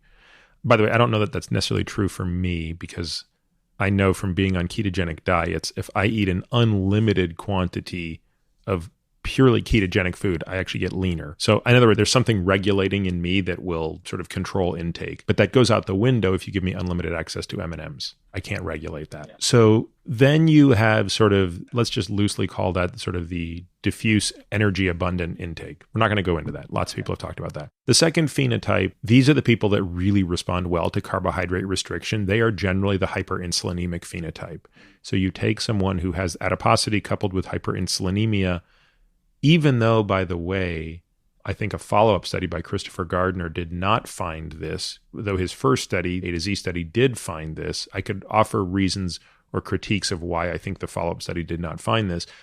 Clinically, I still see it. Hyperinsulinemic people respond very well to true intermittent fasting, which is real periods of fasting and carbohydrate restriction. They respond really well. Then you have another group of people who don't seem to respond to either of those two. They're usually female and not male, by the way. And you reduce calories and or carbohydrates and or add fasting, and it doesn't matter. Their metabolic rate continues to slow to match whatever you do. Now, the PCOS throws in another layer of complexity, but let's assume this person does not have PCOS. This phenotype, I find, is at the risk of oversimplifying, they're the sleep stress dysregulated group. And the only way I've been able to move the needle for that type of patient is the following.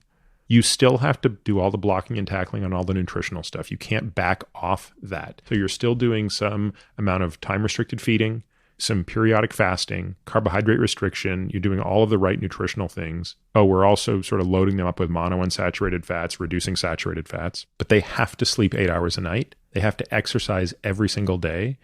And you have to figure out what it is that is driving their stress. And sometimes it doesn't even manifest overt hypercortisolemia. And then on top of that, it takes a long time. So then you have to get them to buy into that strategy, because if they don't get results in a month, the tendency is to give up. But if you look closely, they've lost 4 pounds in a month. And they might on the surface think, well, it's only 4 pounds, but you realize, no, you don't understand. You're going to potentially lose 25 pounds in a year if you keep this up, but you have to stay the course. It's a very stubborn. Oh, and then the other thing is they generally have high inflammation. Yes. And it's not sky high. Mm-hmm. It's just fibrinogen is a little elevated. CRP is not normal high. Right. And there's some thyroid dysfunction usually that goes along with that. Yeah, interesting. And you're seeing that more at the TSH level or? Even pre-TSH. So if you're just checking antibodies already, you're starting to see thyroid autoantibody use. And to me, that's already a marker. So you're right. You sort of break it down. Is this really more insulin resistance? Is it more autoimmune inflammation? And it's tough to sort of make that out, but sometimes those thyroid antibodies can be a very early marker of autoimmune. And which ones are you looking at? And so I'm looking at your typical anti-TPO antibodies and thyroglobulin as well, too. So you can pick up on that quite a bit. And are they, when you say elevated, do you mean elevated even at the level of what the lab says? Or even are you looking at upper limit of normal would still be elevated? I'm looking at upper limit of normal. So, and sort of tracking that. And it's interesting because many of my female patients, because they've been aware of this, have sort of followed that over time. So we can see the trend sort of go up before the TSH goes up. So that might be sort of a marker. Other things we see are just GI dysfunction, a lot of eczema in these patients too. So these are other sort of autoimmune manifestations. So you're right. When they have that inflammatory component, it makes it very difficult because insulin resistance alone, just fixing that problem individually is not necessarily going to protect them from weight loss.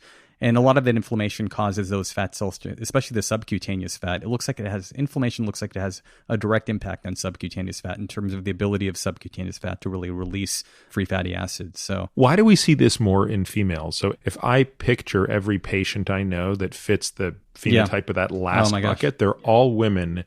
And it's tempting to say, well, it must be an estrogen and testosterone axis issue.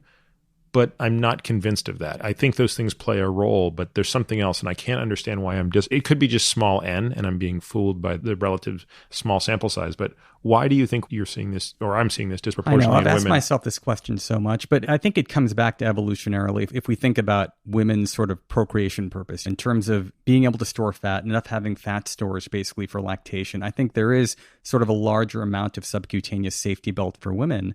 And the issue is, you're right, after menopause, I think that the big problem is before menopause, we're not seeing the manifestations with insulin resistance, but after menopause, all of a sudden it catches up right away. So we sort of lose that protection. But in the early stages, when you're in those fertility years, I think that subcutaneous fat is really helping to propagate basically reproduction. I think that's the main purpose.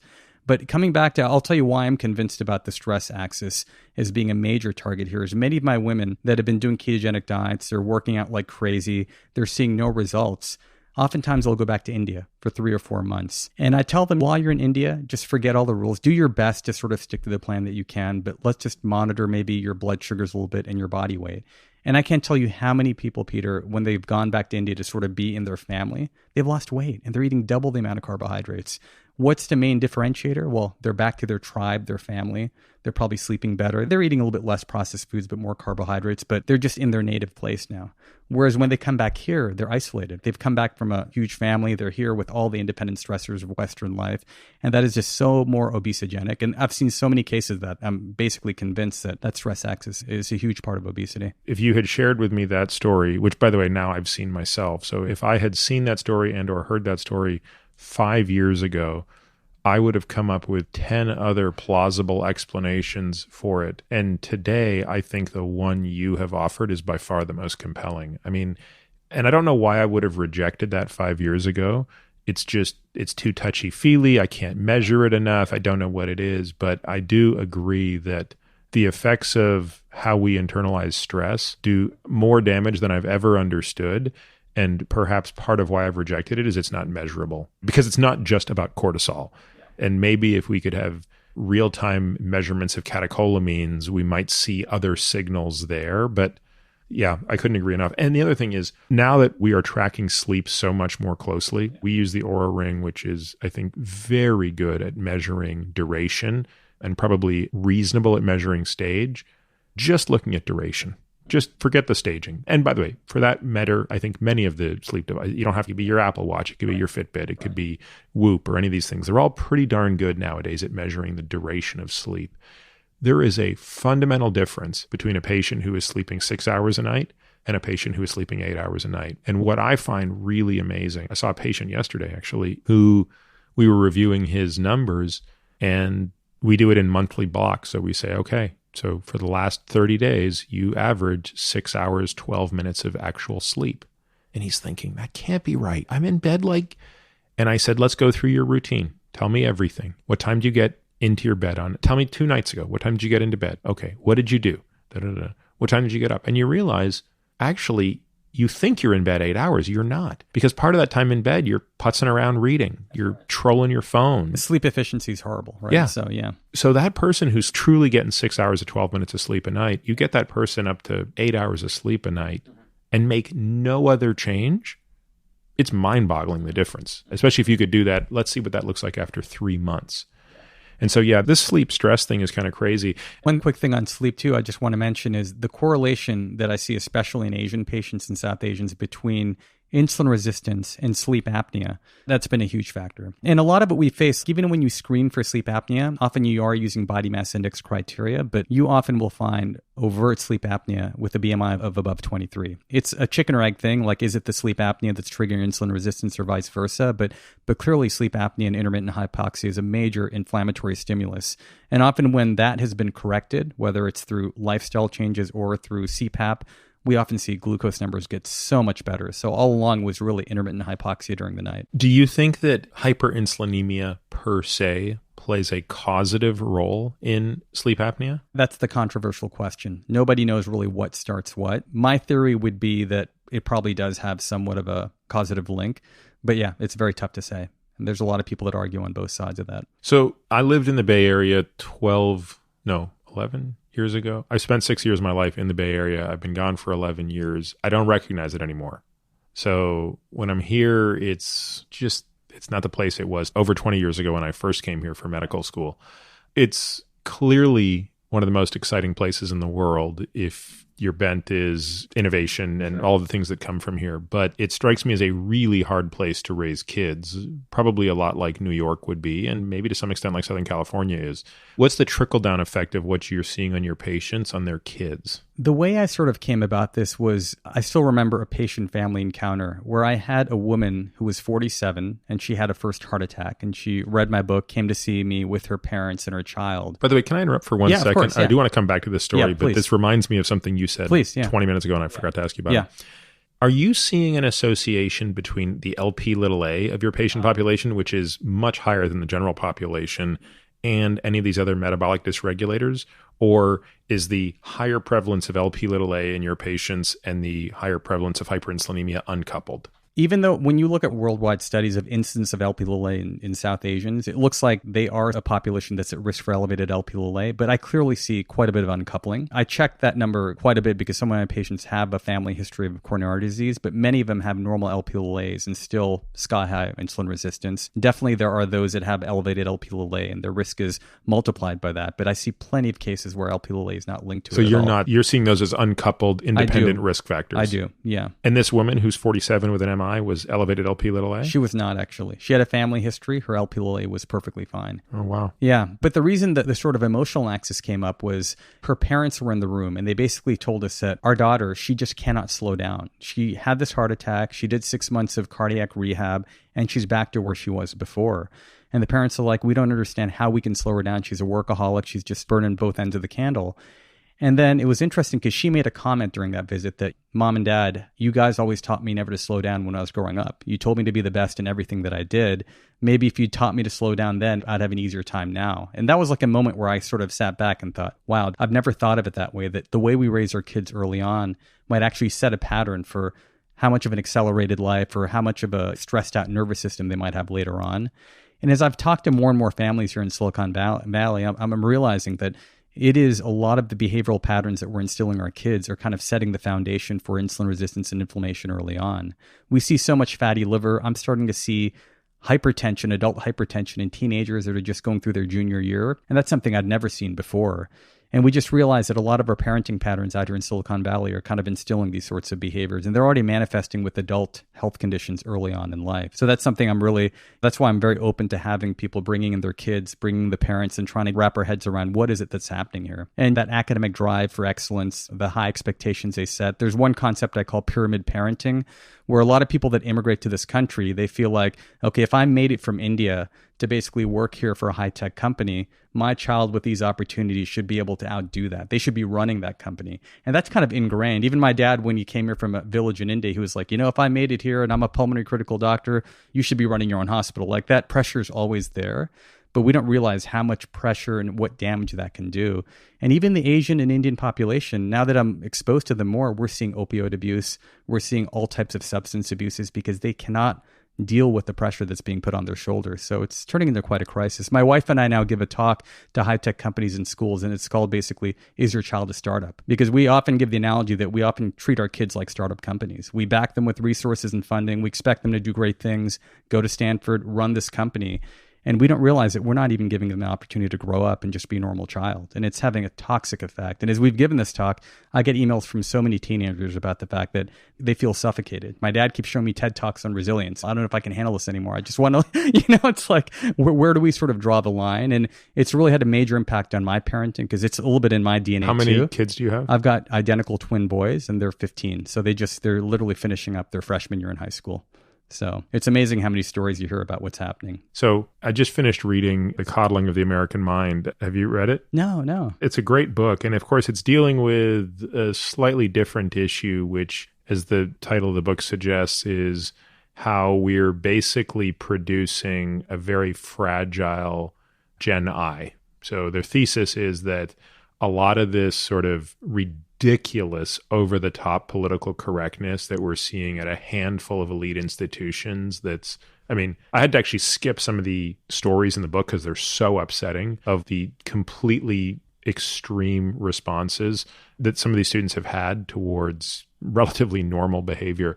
They're talking about this as being this sort of Gen I. So it's not the millennial, I think it's the kids born post-95 actually.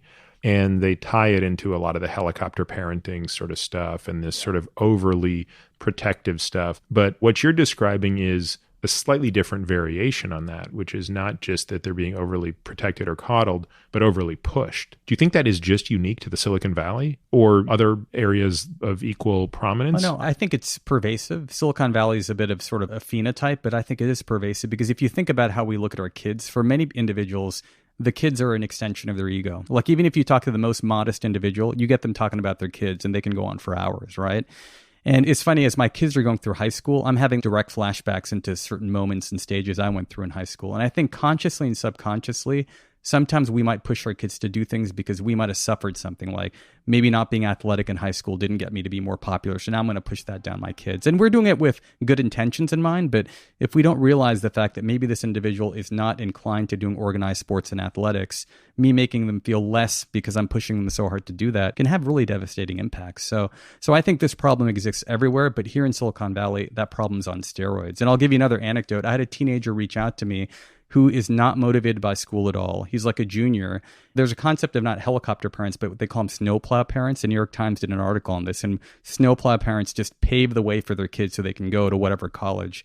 And this student told me that one of his friends, who's a total slacker, what basically has happened is his parents being entrepreneurs, they used the designers and the software architects in their company to build an app for him so he can put on his resume that he basically ran his own startup company. So these sorts of things are happening. So literally people are creating pseudo profiles. And when all this news came up about the Lori Loughlin case and everything that happened, I know it enraged everyone, but here in Silicon Valley, I see that many of us are creating pseudo profiles of our kids. They're just kids, but we want them to look like they're early entrepreneurs or they're stellar athletes, but they're just kids. And many of us are pulling out the snowplows and sort of creating these expectations. And I think it's just not a healthy way. I think the whole college admission process is a complete mess. It really brings out the worst in individuals and puts too much pressure on the kids. I couldn't agree with that more. I guess with my youngest turning 11 this year, I'm hoping we got a few more years for it to work out some of the kinks before we have to right. sort of deal with that stuff. It's pretty tough. Now, what part of the country did you grow up in? I was born in New York, and then I spent 2 years there, 7 years in Philly, and then came over to California after that.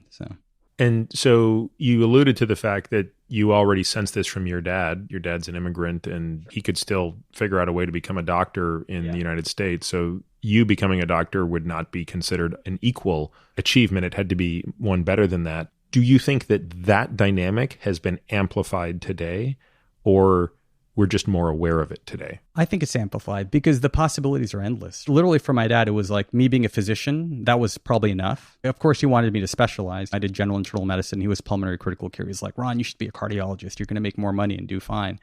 But here in Silicon Valley, it's not even enough to be a doctor. It's like doctors here are blue collar workers. When I went looking for a house, when my real estate agent found out my wife and our physician, she's like, you're not going to be able to find a house. I'm like, what are you talking about? We're both doctors. She was right. We're getting outbid by all these high tech employees and things. So here I think the scale for greatness is so much higher. And I had a neurosurgeon come see me in the clinic, and we were talking about this, and he's a patient of mine. And he told me that you would think that being a neurosurgeon would be enough. But my dad sometimes is like, why can't you be more like Sanjay Gupta? He has his own TV show and he's written a few books. I'm like, shit, seriously? This guy spent so much of his life doing brain surgery and still his dad's giving him a hard time. It's like, God, I'm sure there's a lot of Atul Gawande stories out there too. Are you just a surgeon? Why can't you be like Atul?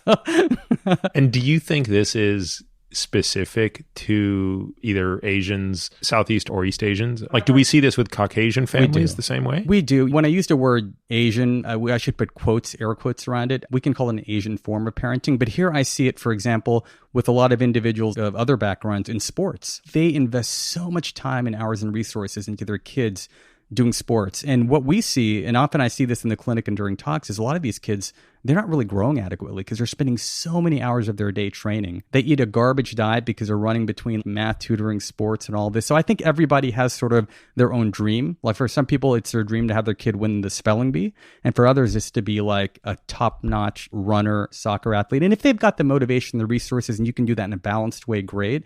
But many times what we're seeing in high school is they have so many activities that by the time they come home and they're doing their homework, they're going to bed at like 1 or 2 in the morning. And that's something for us, we do not compromise bedtimes. Like we hear from other parents that, you know what, in high school, your kids are going to have to go to bed at 2 in the morning. But so far, they're just freshmen. Maybe that'll happen. But I'm like, usually those kids going to bed that late, they are having other issues. They're not able to organize themselves. They're not able to focus on their task. They've got their cell phone next to them and they're looking at, well, my kids have affirmed this. They said some of their friends are watching an episode of Game of Thrones at 1 in the morning just as a study break. And then they jump back in their books at 2 in the morning. So when their parents tell me, oh, he's got so much homework, I'm like, is he really doing a lot of homework? Is there a lot of other ancillary activities happening? So, one of the other things that sort of jumped out at me from the book I mentioned a while ago, The Coddling of the American Mind, is the dramatic reduction in playtime that kids have. And I don't know, I just think about when I was a kid, I don't think my parents knew what the hell I was doing anytime. All we did was screw around. Oh, you were always playing. We played, I grew up in Canada, so hockey was sort of the only thing that mattered. So all we did was play hockey all the time. You were always playing street hockey. You were always playing ice hockey. You were always or foot hockey. So at recess, you were playing foot hockey, which is just kicking a tennis ball around, pretending you're playing hockey, but really you're playing soccer with a tennis ball. And then you'd come home and you'd play street hockey, and then you'd go out and have ice hockey, organized hockey in the evening. And we never had tutors and we never had... Exactly. I don't know. We just... You're bringing up a key point because you did sports for fun and many of the teenagers are getting so much pressure. We must have patients like this that were former athletes. Many of them don't know how to exercise for fitness. And the minute they leave high school, they're not going to exercise. They're like so burned out on the structure and the pressure from playing organized soccer, basketball, or football. They just can't deal anymore. It's not even a source of pleasure. And I want to bring up the other issue because I think this is key, is instilling hobbies. So for example, our kids were into music very early on. We got them a recommended piano teacher. And this piano teacher basically had a very structured approach to music. And literally she kind of told us that if they follow this certification process for piano, they can put that on their college resume. And I didn't even realize that this even existed. And then we're like, you know what? They're not even enjoying it. Let's just get rid of her and let's get them like a rock keyboard instructor or somebody else. And literally, we brought somebody else in. They taught them how to play Star Wars music, anime. They love all this stuff. And now for their study breaks, they love playing piano. And I know that going forward after college, anytime they're stressed, they're going to play music. My roommate in college, he went the track of following piano for sort of college admissions. He's never touched the piano since because all he has memories of is just the pressure of performing, having to fill out these evals and scoring on exams for piano. It's like we're taking the joy out of a lot of things that should be hobbies that we use for stress reduction later. We've got to really be aware of that. Yeah, I get pretty stressed out actually just thinking about being a parent. I think it's, I probably need to visit this topic more on the podcast because there are lots of books I'm reading on this topic and they're kind of depressing actually because of a lot of these trends that you see. So you sort of have to separate out the sort of societal trends that we're seeing, which almost without exception are in the wrong direction. There are some exceptions to that. And then balance that with, well, what do you do as a parent? Because in the end, all I've got is control over some control, not even complete control, of course. I have some control over 3 kids. And then there's this piece which says, well, you can ironically screw that whole thing up by trying too hard to do the right thing. Like, okay, guys, it's time for more unstructured play. Let's go outside and not play in a structured way and go. So it's like... You're right. So one skill that we know that we need to teach kids that's going to lead to their happiness is their ability to look internally and sort of cognitively reframe situations. So when they're dealing with stress, so one key thing is when I've talked to therapists here in Silicon Valley, they tell me that watch out for the kids that are quiet, when they're too quiet. If they're not really interacting, they're not talking to you, they're just following the rules compliantly, those are the ones you have to watch out for. And what's the reason? Because they're ruminating. They have nobody to express their emotions to, so they're internally thinking about these things day and night. Having two boys, both of my kids, they naturally sort of had that habitus of being more internalizers. So we've had to instill activities and, again, do it in sort of an undercover fashion to make sure that they're expressing their emotions. So one exercise we often do sort of covertly is called Roses and Thorns, where we sit around the table and we'll sort of go through and talk about a few good things that happen, a few bad things that happen. So I read about this. And again, I sort of tried the exercise. My kids were like, oh my God, Dad, you're just doing another one of these things. But then what I started doing was they weren't really coming out. I started really sharing my frustrations. Like, I'm like, you know what? I had this situation at work that was really tough. I've got this coworker, I've got this boss, and they saw me just unload stuff. And then all of a sudden, my boys were like, I got a teacher just like that, or I got a coach just like that. So one really powerful thing is the more you can express your emotions, your kids find out that, okay, you're not this dogmatic top-down dad just telling you, okay, watch this TED Talk, do this. You've got your own issues that you're struggling with. And now they're so much more comfortable sort of open up. And from an early age, I've actually seeked out the advice of my kids. I'm like, what do you think I should do in this situation? I've got this challenge coming up. What should you do? And you get some really insightful advice, but it also makes them feel like this is a company and we're equals. A lot of parents that struggle with their kids, they come to me saying, my kids don't listen. I'm like, do you like working in a company where your manager tells you what to do 24/7? Would you like to work in that company? And they're like, hell no. I'm like, well, that's how your kid feels, because day and night you're telling them, don't do this, do this. Give them some ownership. Tell them that how can they participate in these decisions and how can they help you as well too. And it's just much more empowering, and it's an undercover way. You don't have to have these forced rituals, like you said, where you can get eye rolls from teenagers, but you can sort of do this throughout the day. Do you have a point of view on phones and the age at which that starts to become less harmful? Like, to be clear, I wish I didn't have a phone. I'm convinced that it is, although it comes with tremendous benefit, and obviously I can't imagine not having one, or I wouldn't at this point, but I think it's a very harmful thing that I bring with me. And my view is I want to delay my kids having that as long as possible. Do you have a view on that? So I don't have a hard number for it, but I look at the phone as literally being a drug or a toxin. And you have to see that basically if your kid is the type that is really consuming a lot of media in other forms, I'm not going to give them a pack of cigarettes. This is just something you need to delay as much as you can. Luckily, and honestly, this is not, we sort of got lucky because we sort of didn't expose them to much media early on. We focused more on hobbies and playing things like that. So they don't really get much stimulation from digital devices. But we did eventually end up sort of giving into it around middle school, around 7th or 8th grade, because what we realized is a lot of their kids are talking about stuff. And unfortunately, the school they were at, they had an open phone policy. So many of them are looking at stuff and they're socializing using their phone. And we didn't want our kids to be standing sort of isolated and not be sort of part of that. So we had a very long discussion about what the phone's for, and we sort of introduced it at that point. And at least there's a lot of stuff that's probably going on, Peter, I don't know about, but I feel like when they're doing homework, their phone's on the charger, they're not using it at all.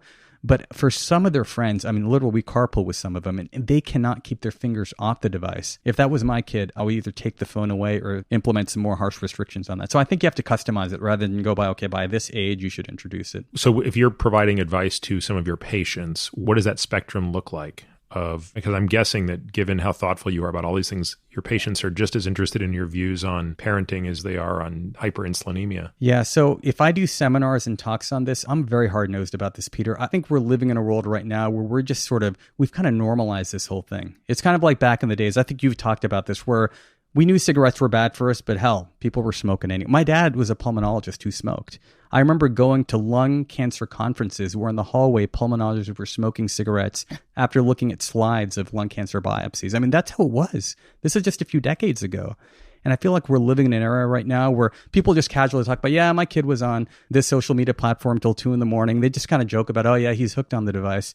but it's scary what it's doing. I mean, we definitely, when I really dig down in these family sessions, they always identify the phone as being a major cause of just conflict in the family, attention deficit stuff, so many issues. So I lay it out. I'll show them the neurochemistry. I'll show them the dopamine pathways, the fact that what's happening, social comparison. You talk to Dr. Pathophysiology about this and the impact of what's happening there. When you talk to these kids, especially girls in particular, the social comparison that happens at that level is just amplified to a different level altogether in terms of subtle messaging like, oh yeah, we showed up at this party. And then all of a sudden you're not included in that. It's really a difficult line we're treading right now. So the parents need to be aware of that, and we need to sort of set some boundaries. And when parents give me pushback and they're like, you know what, I have no control of it. I tell them, well, let's say your kid's sitting at home and they decide to light up a cigarette. Are you just going to sit there?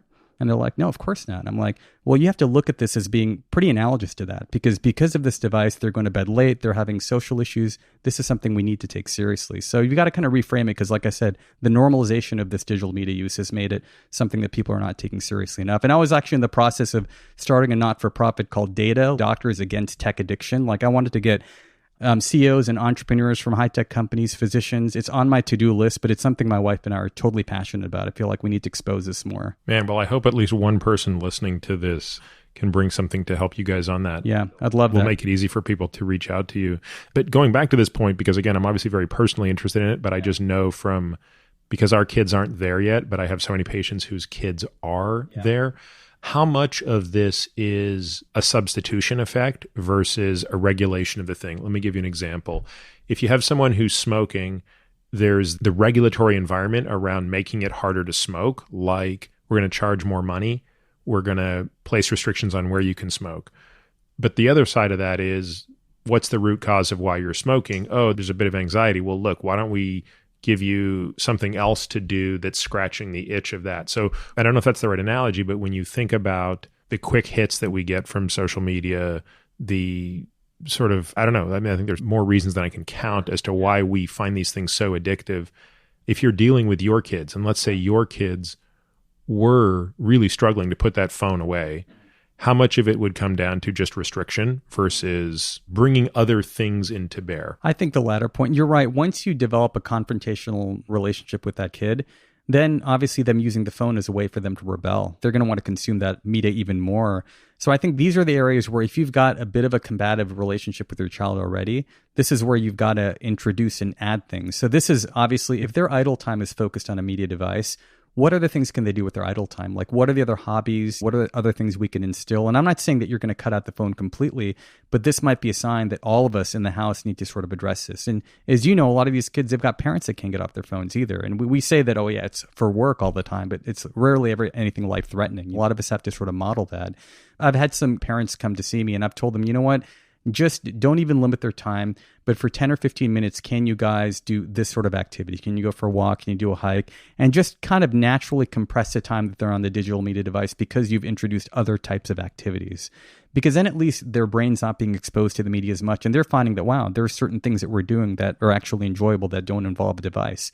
Just a weekend to go camping sometimes when you get their friends together, we tell our friends, usually when we gather, let's have a rule already that no devices during the next 12 hours when we're out at this camp. And it's good to find, this is the other thing, Peter, you'll find is if you've got some friends in your circle that sort of agree with that approach, it makes it much easier because then you can have dinners, you have friends come over and you're like, guys, let's just have the kids not bring their phones or put in a basket and let them just play outside. Does everybody agree? And usually people will. There might be a couple that are like, okay, why? You know, it's their own life, but you want to surround yourself with more and more of those types of people. I can't think of a better way to end this podcast than on that note. Ron, this has been really interesting. I think we've talked about this before, but your experience is disproportionately with a group of people who are under a lot of stress, who have a genetic predisposition that doesn't enable them to, at a metabolic level, tolerate the insults that maybe others do.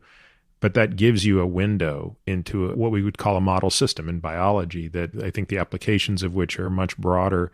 I think the work that you're doing and the way that you're communicating and sharing it is just an incredible value. It's a resource to me personally. Thank you. And therefore, by extension, my patients. But I think given that I'm kind of a nobody with a very small practice, I think more broadly, that's a huge application. And in fact, to people who can take care of themselves. The reality of it is so much of what you do and what I do, you don't really need a doctor to do for you. A person who, there are now resources out there, whether it be podcasts, books, that allow a person enough information to work on their sleep, to work on their management of their own distress, their nutrition, and these other things, that in some ways people like you and I are more there for accountability. And then some of the nuanced stuff around the diagnoses and maybe ordering the interventions a little bit. But actually, I wanted to highlight, I think you bring up a key point, because I have a lot of patients that see me who are engineers, and they often tell me, I wish I went to medical school because I could do what you could do. And then I kind of remind them, the burnout rates of medicine are about 50%. So it's like, it's not that going to medicine would have solved this problem, but you can still make a huge impact on the lives of your coworkers, your family, just with the knowledge you've gained. And that's been one of the most rewarding things. I think from your audience too, that many individuals have gone out and they've made an impact on their community. They've become sort of the evangelists for health. And you don't need an MD, a PhD for that. You can do that. And that, to me, as much as I do all these activities, I get no more gratification. The most gratification is if I have a one-on-one interaction with the human being and I can make an impact on their life. And you don't need special fancy degrees. Anybody at any stage can do that. So I'm glad you called that out. You really don't need to have advanced degrees to have this sort of meaningful interaction. Well, thanks so much, Ron. I really appreciate it. And again, look forward to it. Where can people find you? What's the easiest place for people to find you? Do you spend much time on social media that we've just talked about? Is it easier for them to look at your books? Do you have a blog? So the best way is through the blog, and just click on the email icon, and I answer all my emails. So and the blog reach out to me. Just put my name, RoneshSinha.com, RONESH Sinha.com. And we'll link to all of that stuff. Awesome. So. It's been an honor to be here with you, Peter. Thanks so much for all the work you're doing. Thank you, Ron. You can find all of this information and more at peterattiamd.com/podcast. There you'll find the show notes, readings, and links related to this episode. You can also find my blog at peterattiamd.com. Maybe the simplest thing to do is to sign up for my subjectively non-lame once-a-week email where I'll update you on what I've been up to, the most interesting papers I've read, and all things related to longevity, science, performance, sleep, etc. On social, you can find me on Twitter, Instagram, and Facebook, all with the ID Peter Attia, MD. But usually Twitter is the best way to reach me to share your questions and comments.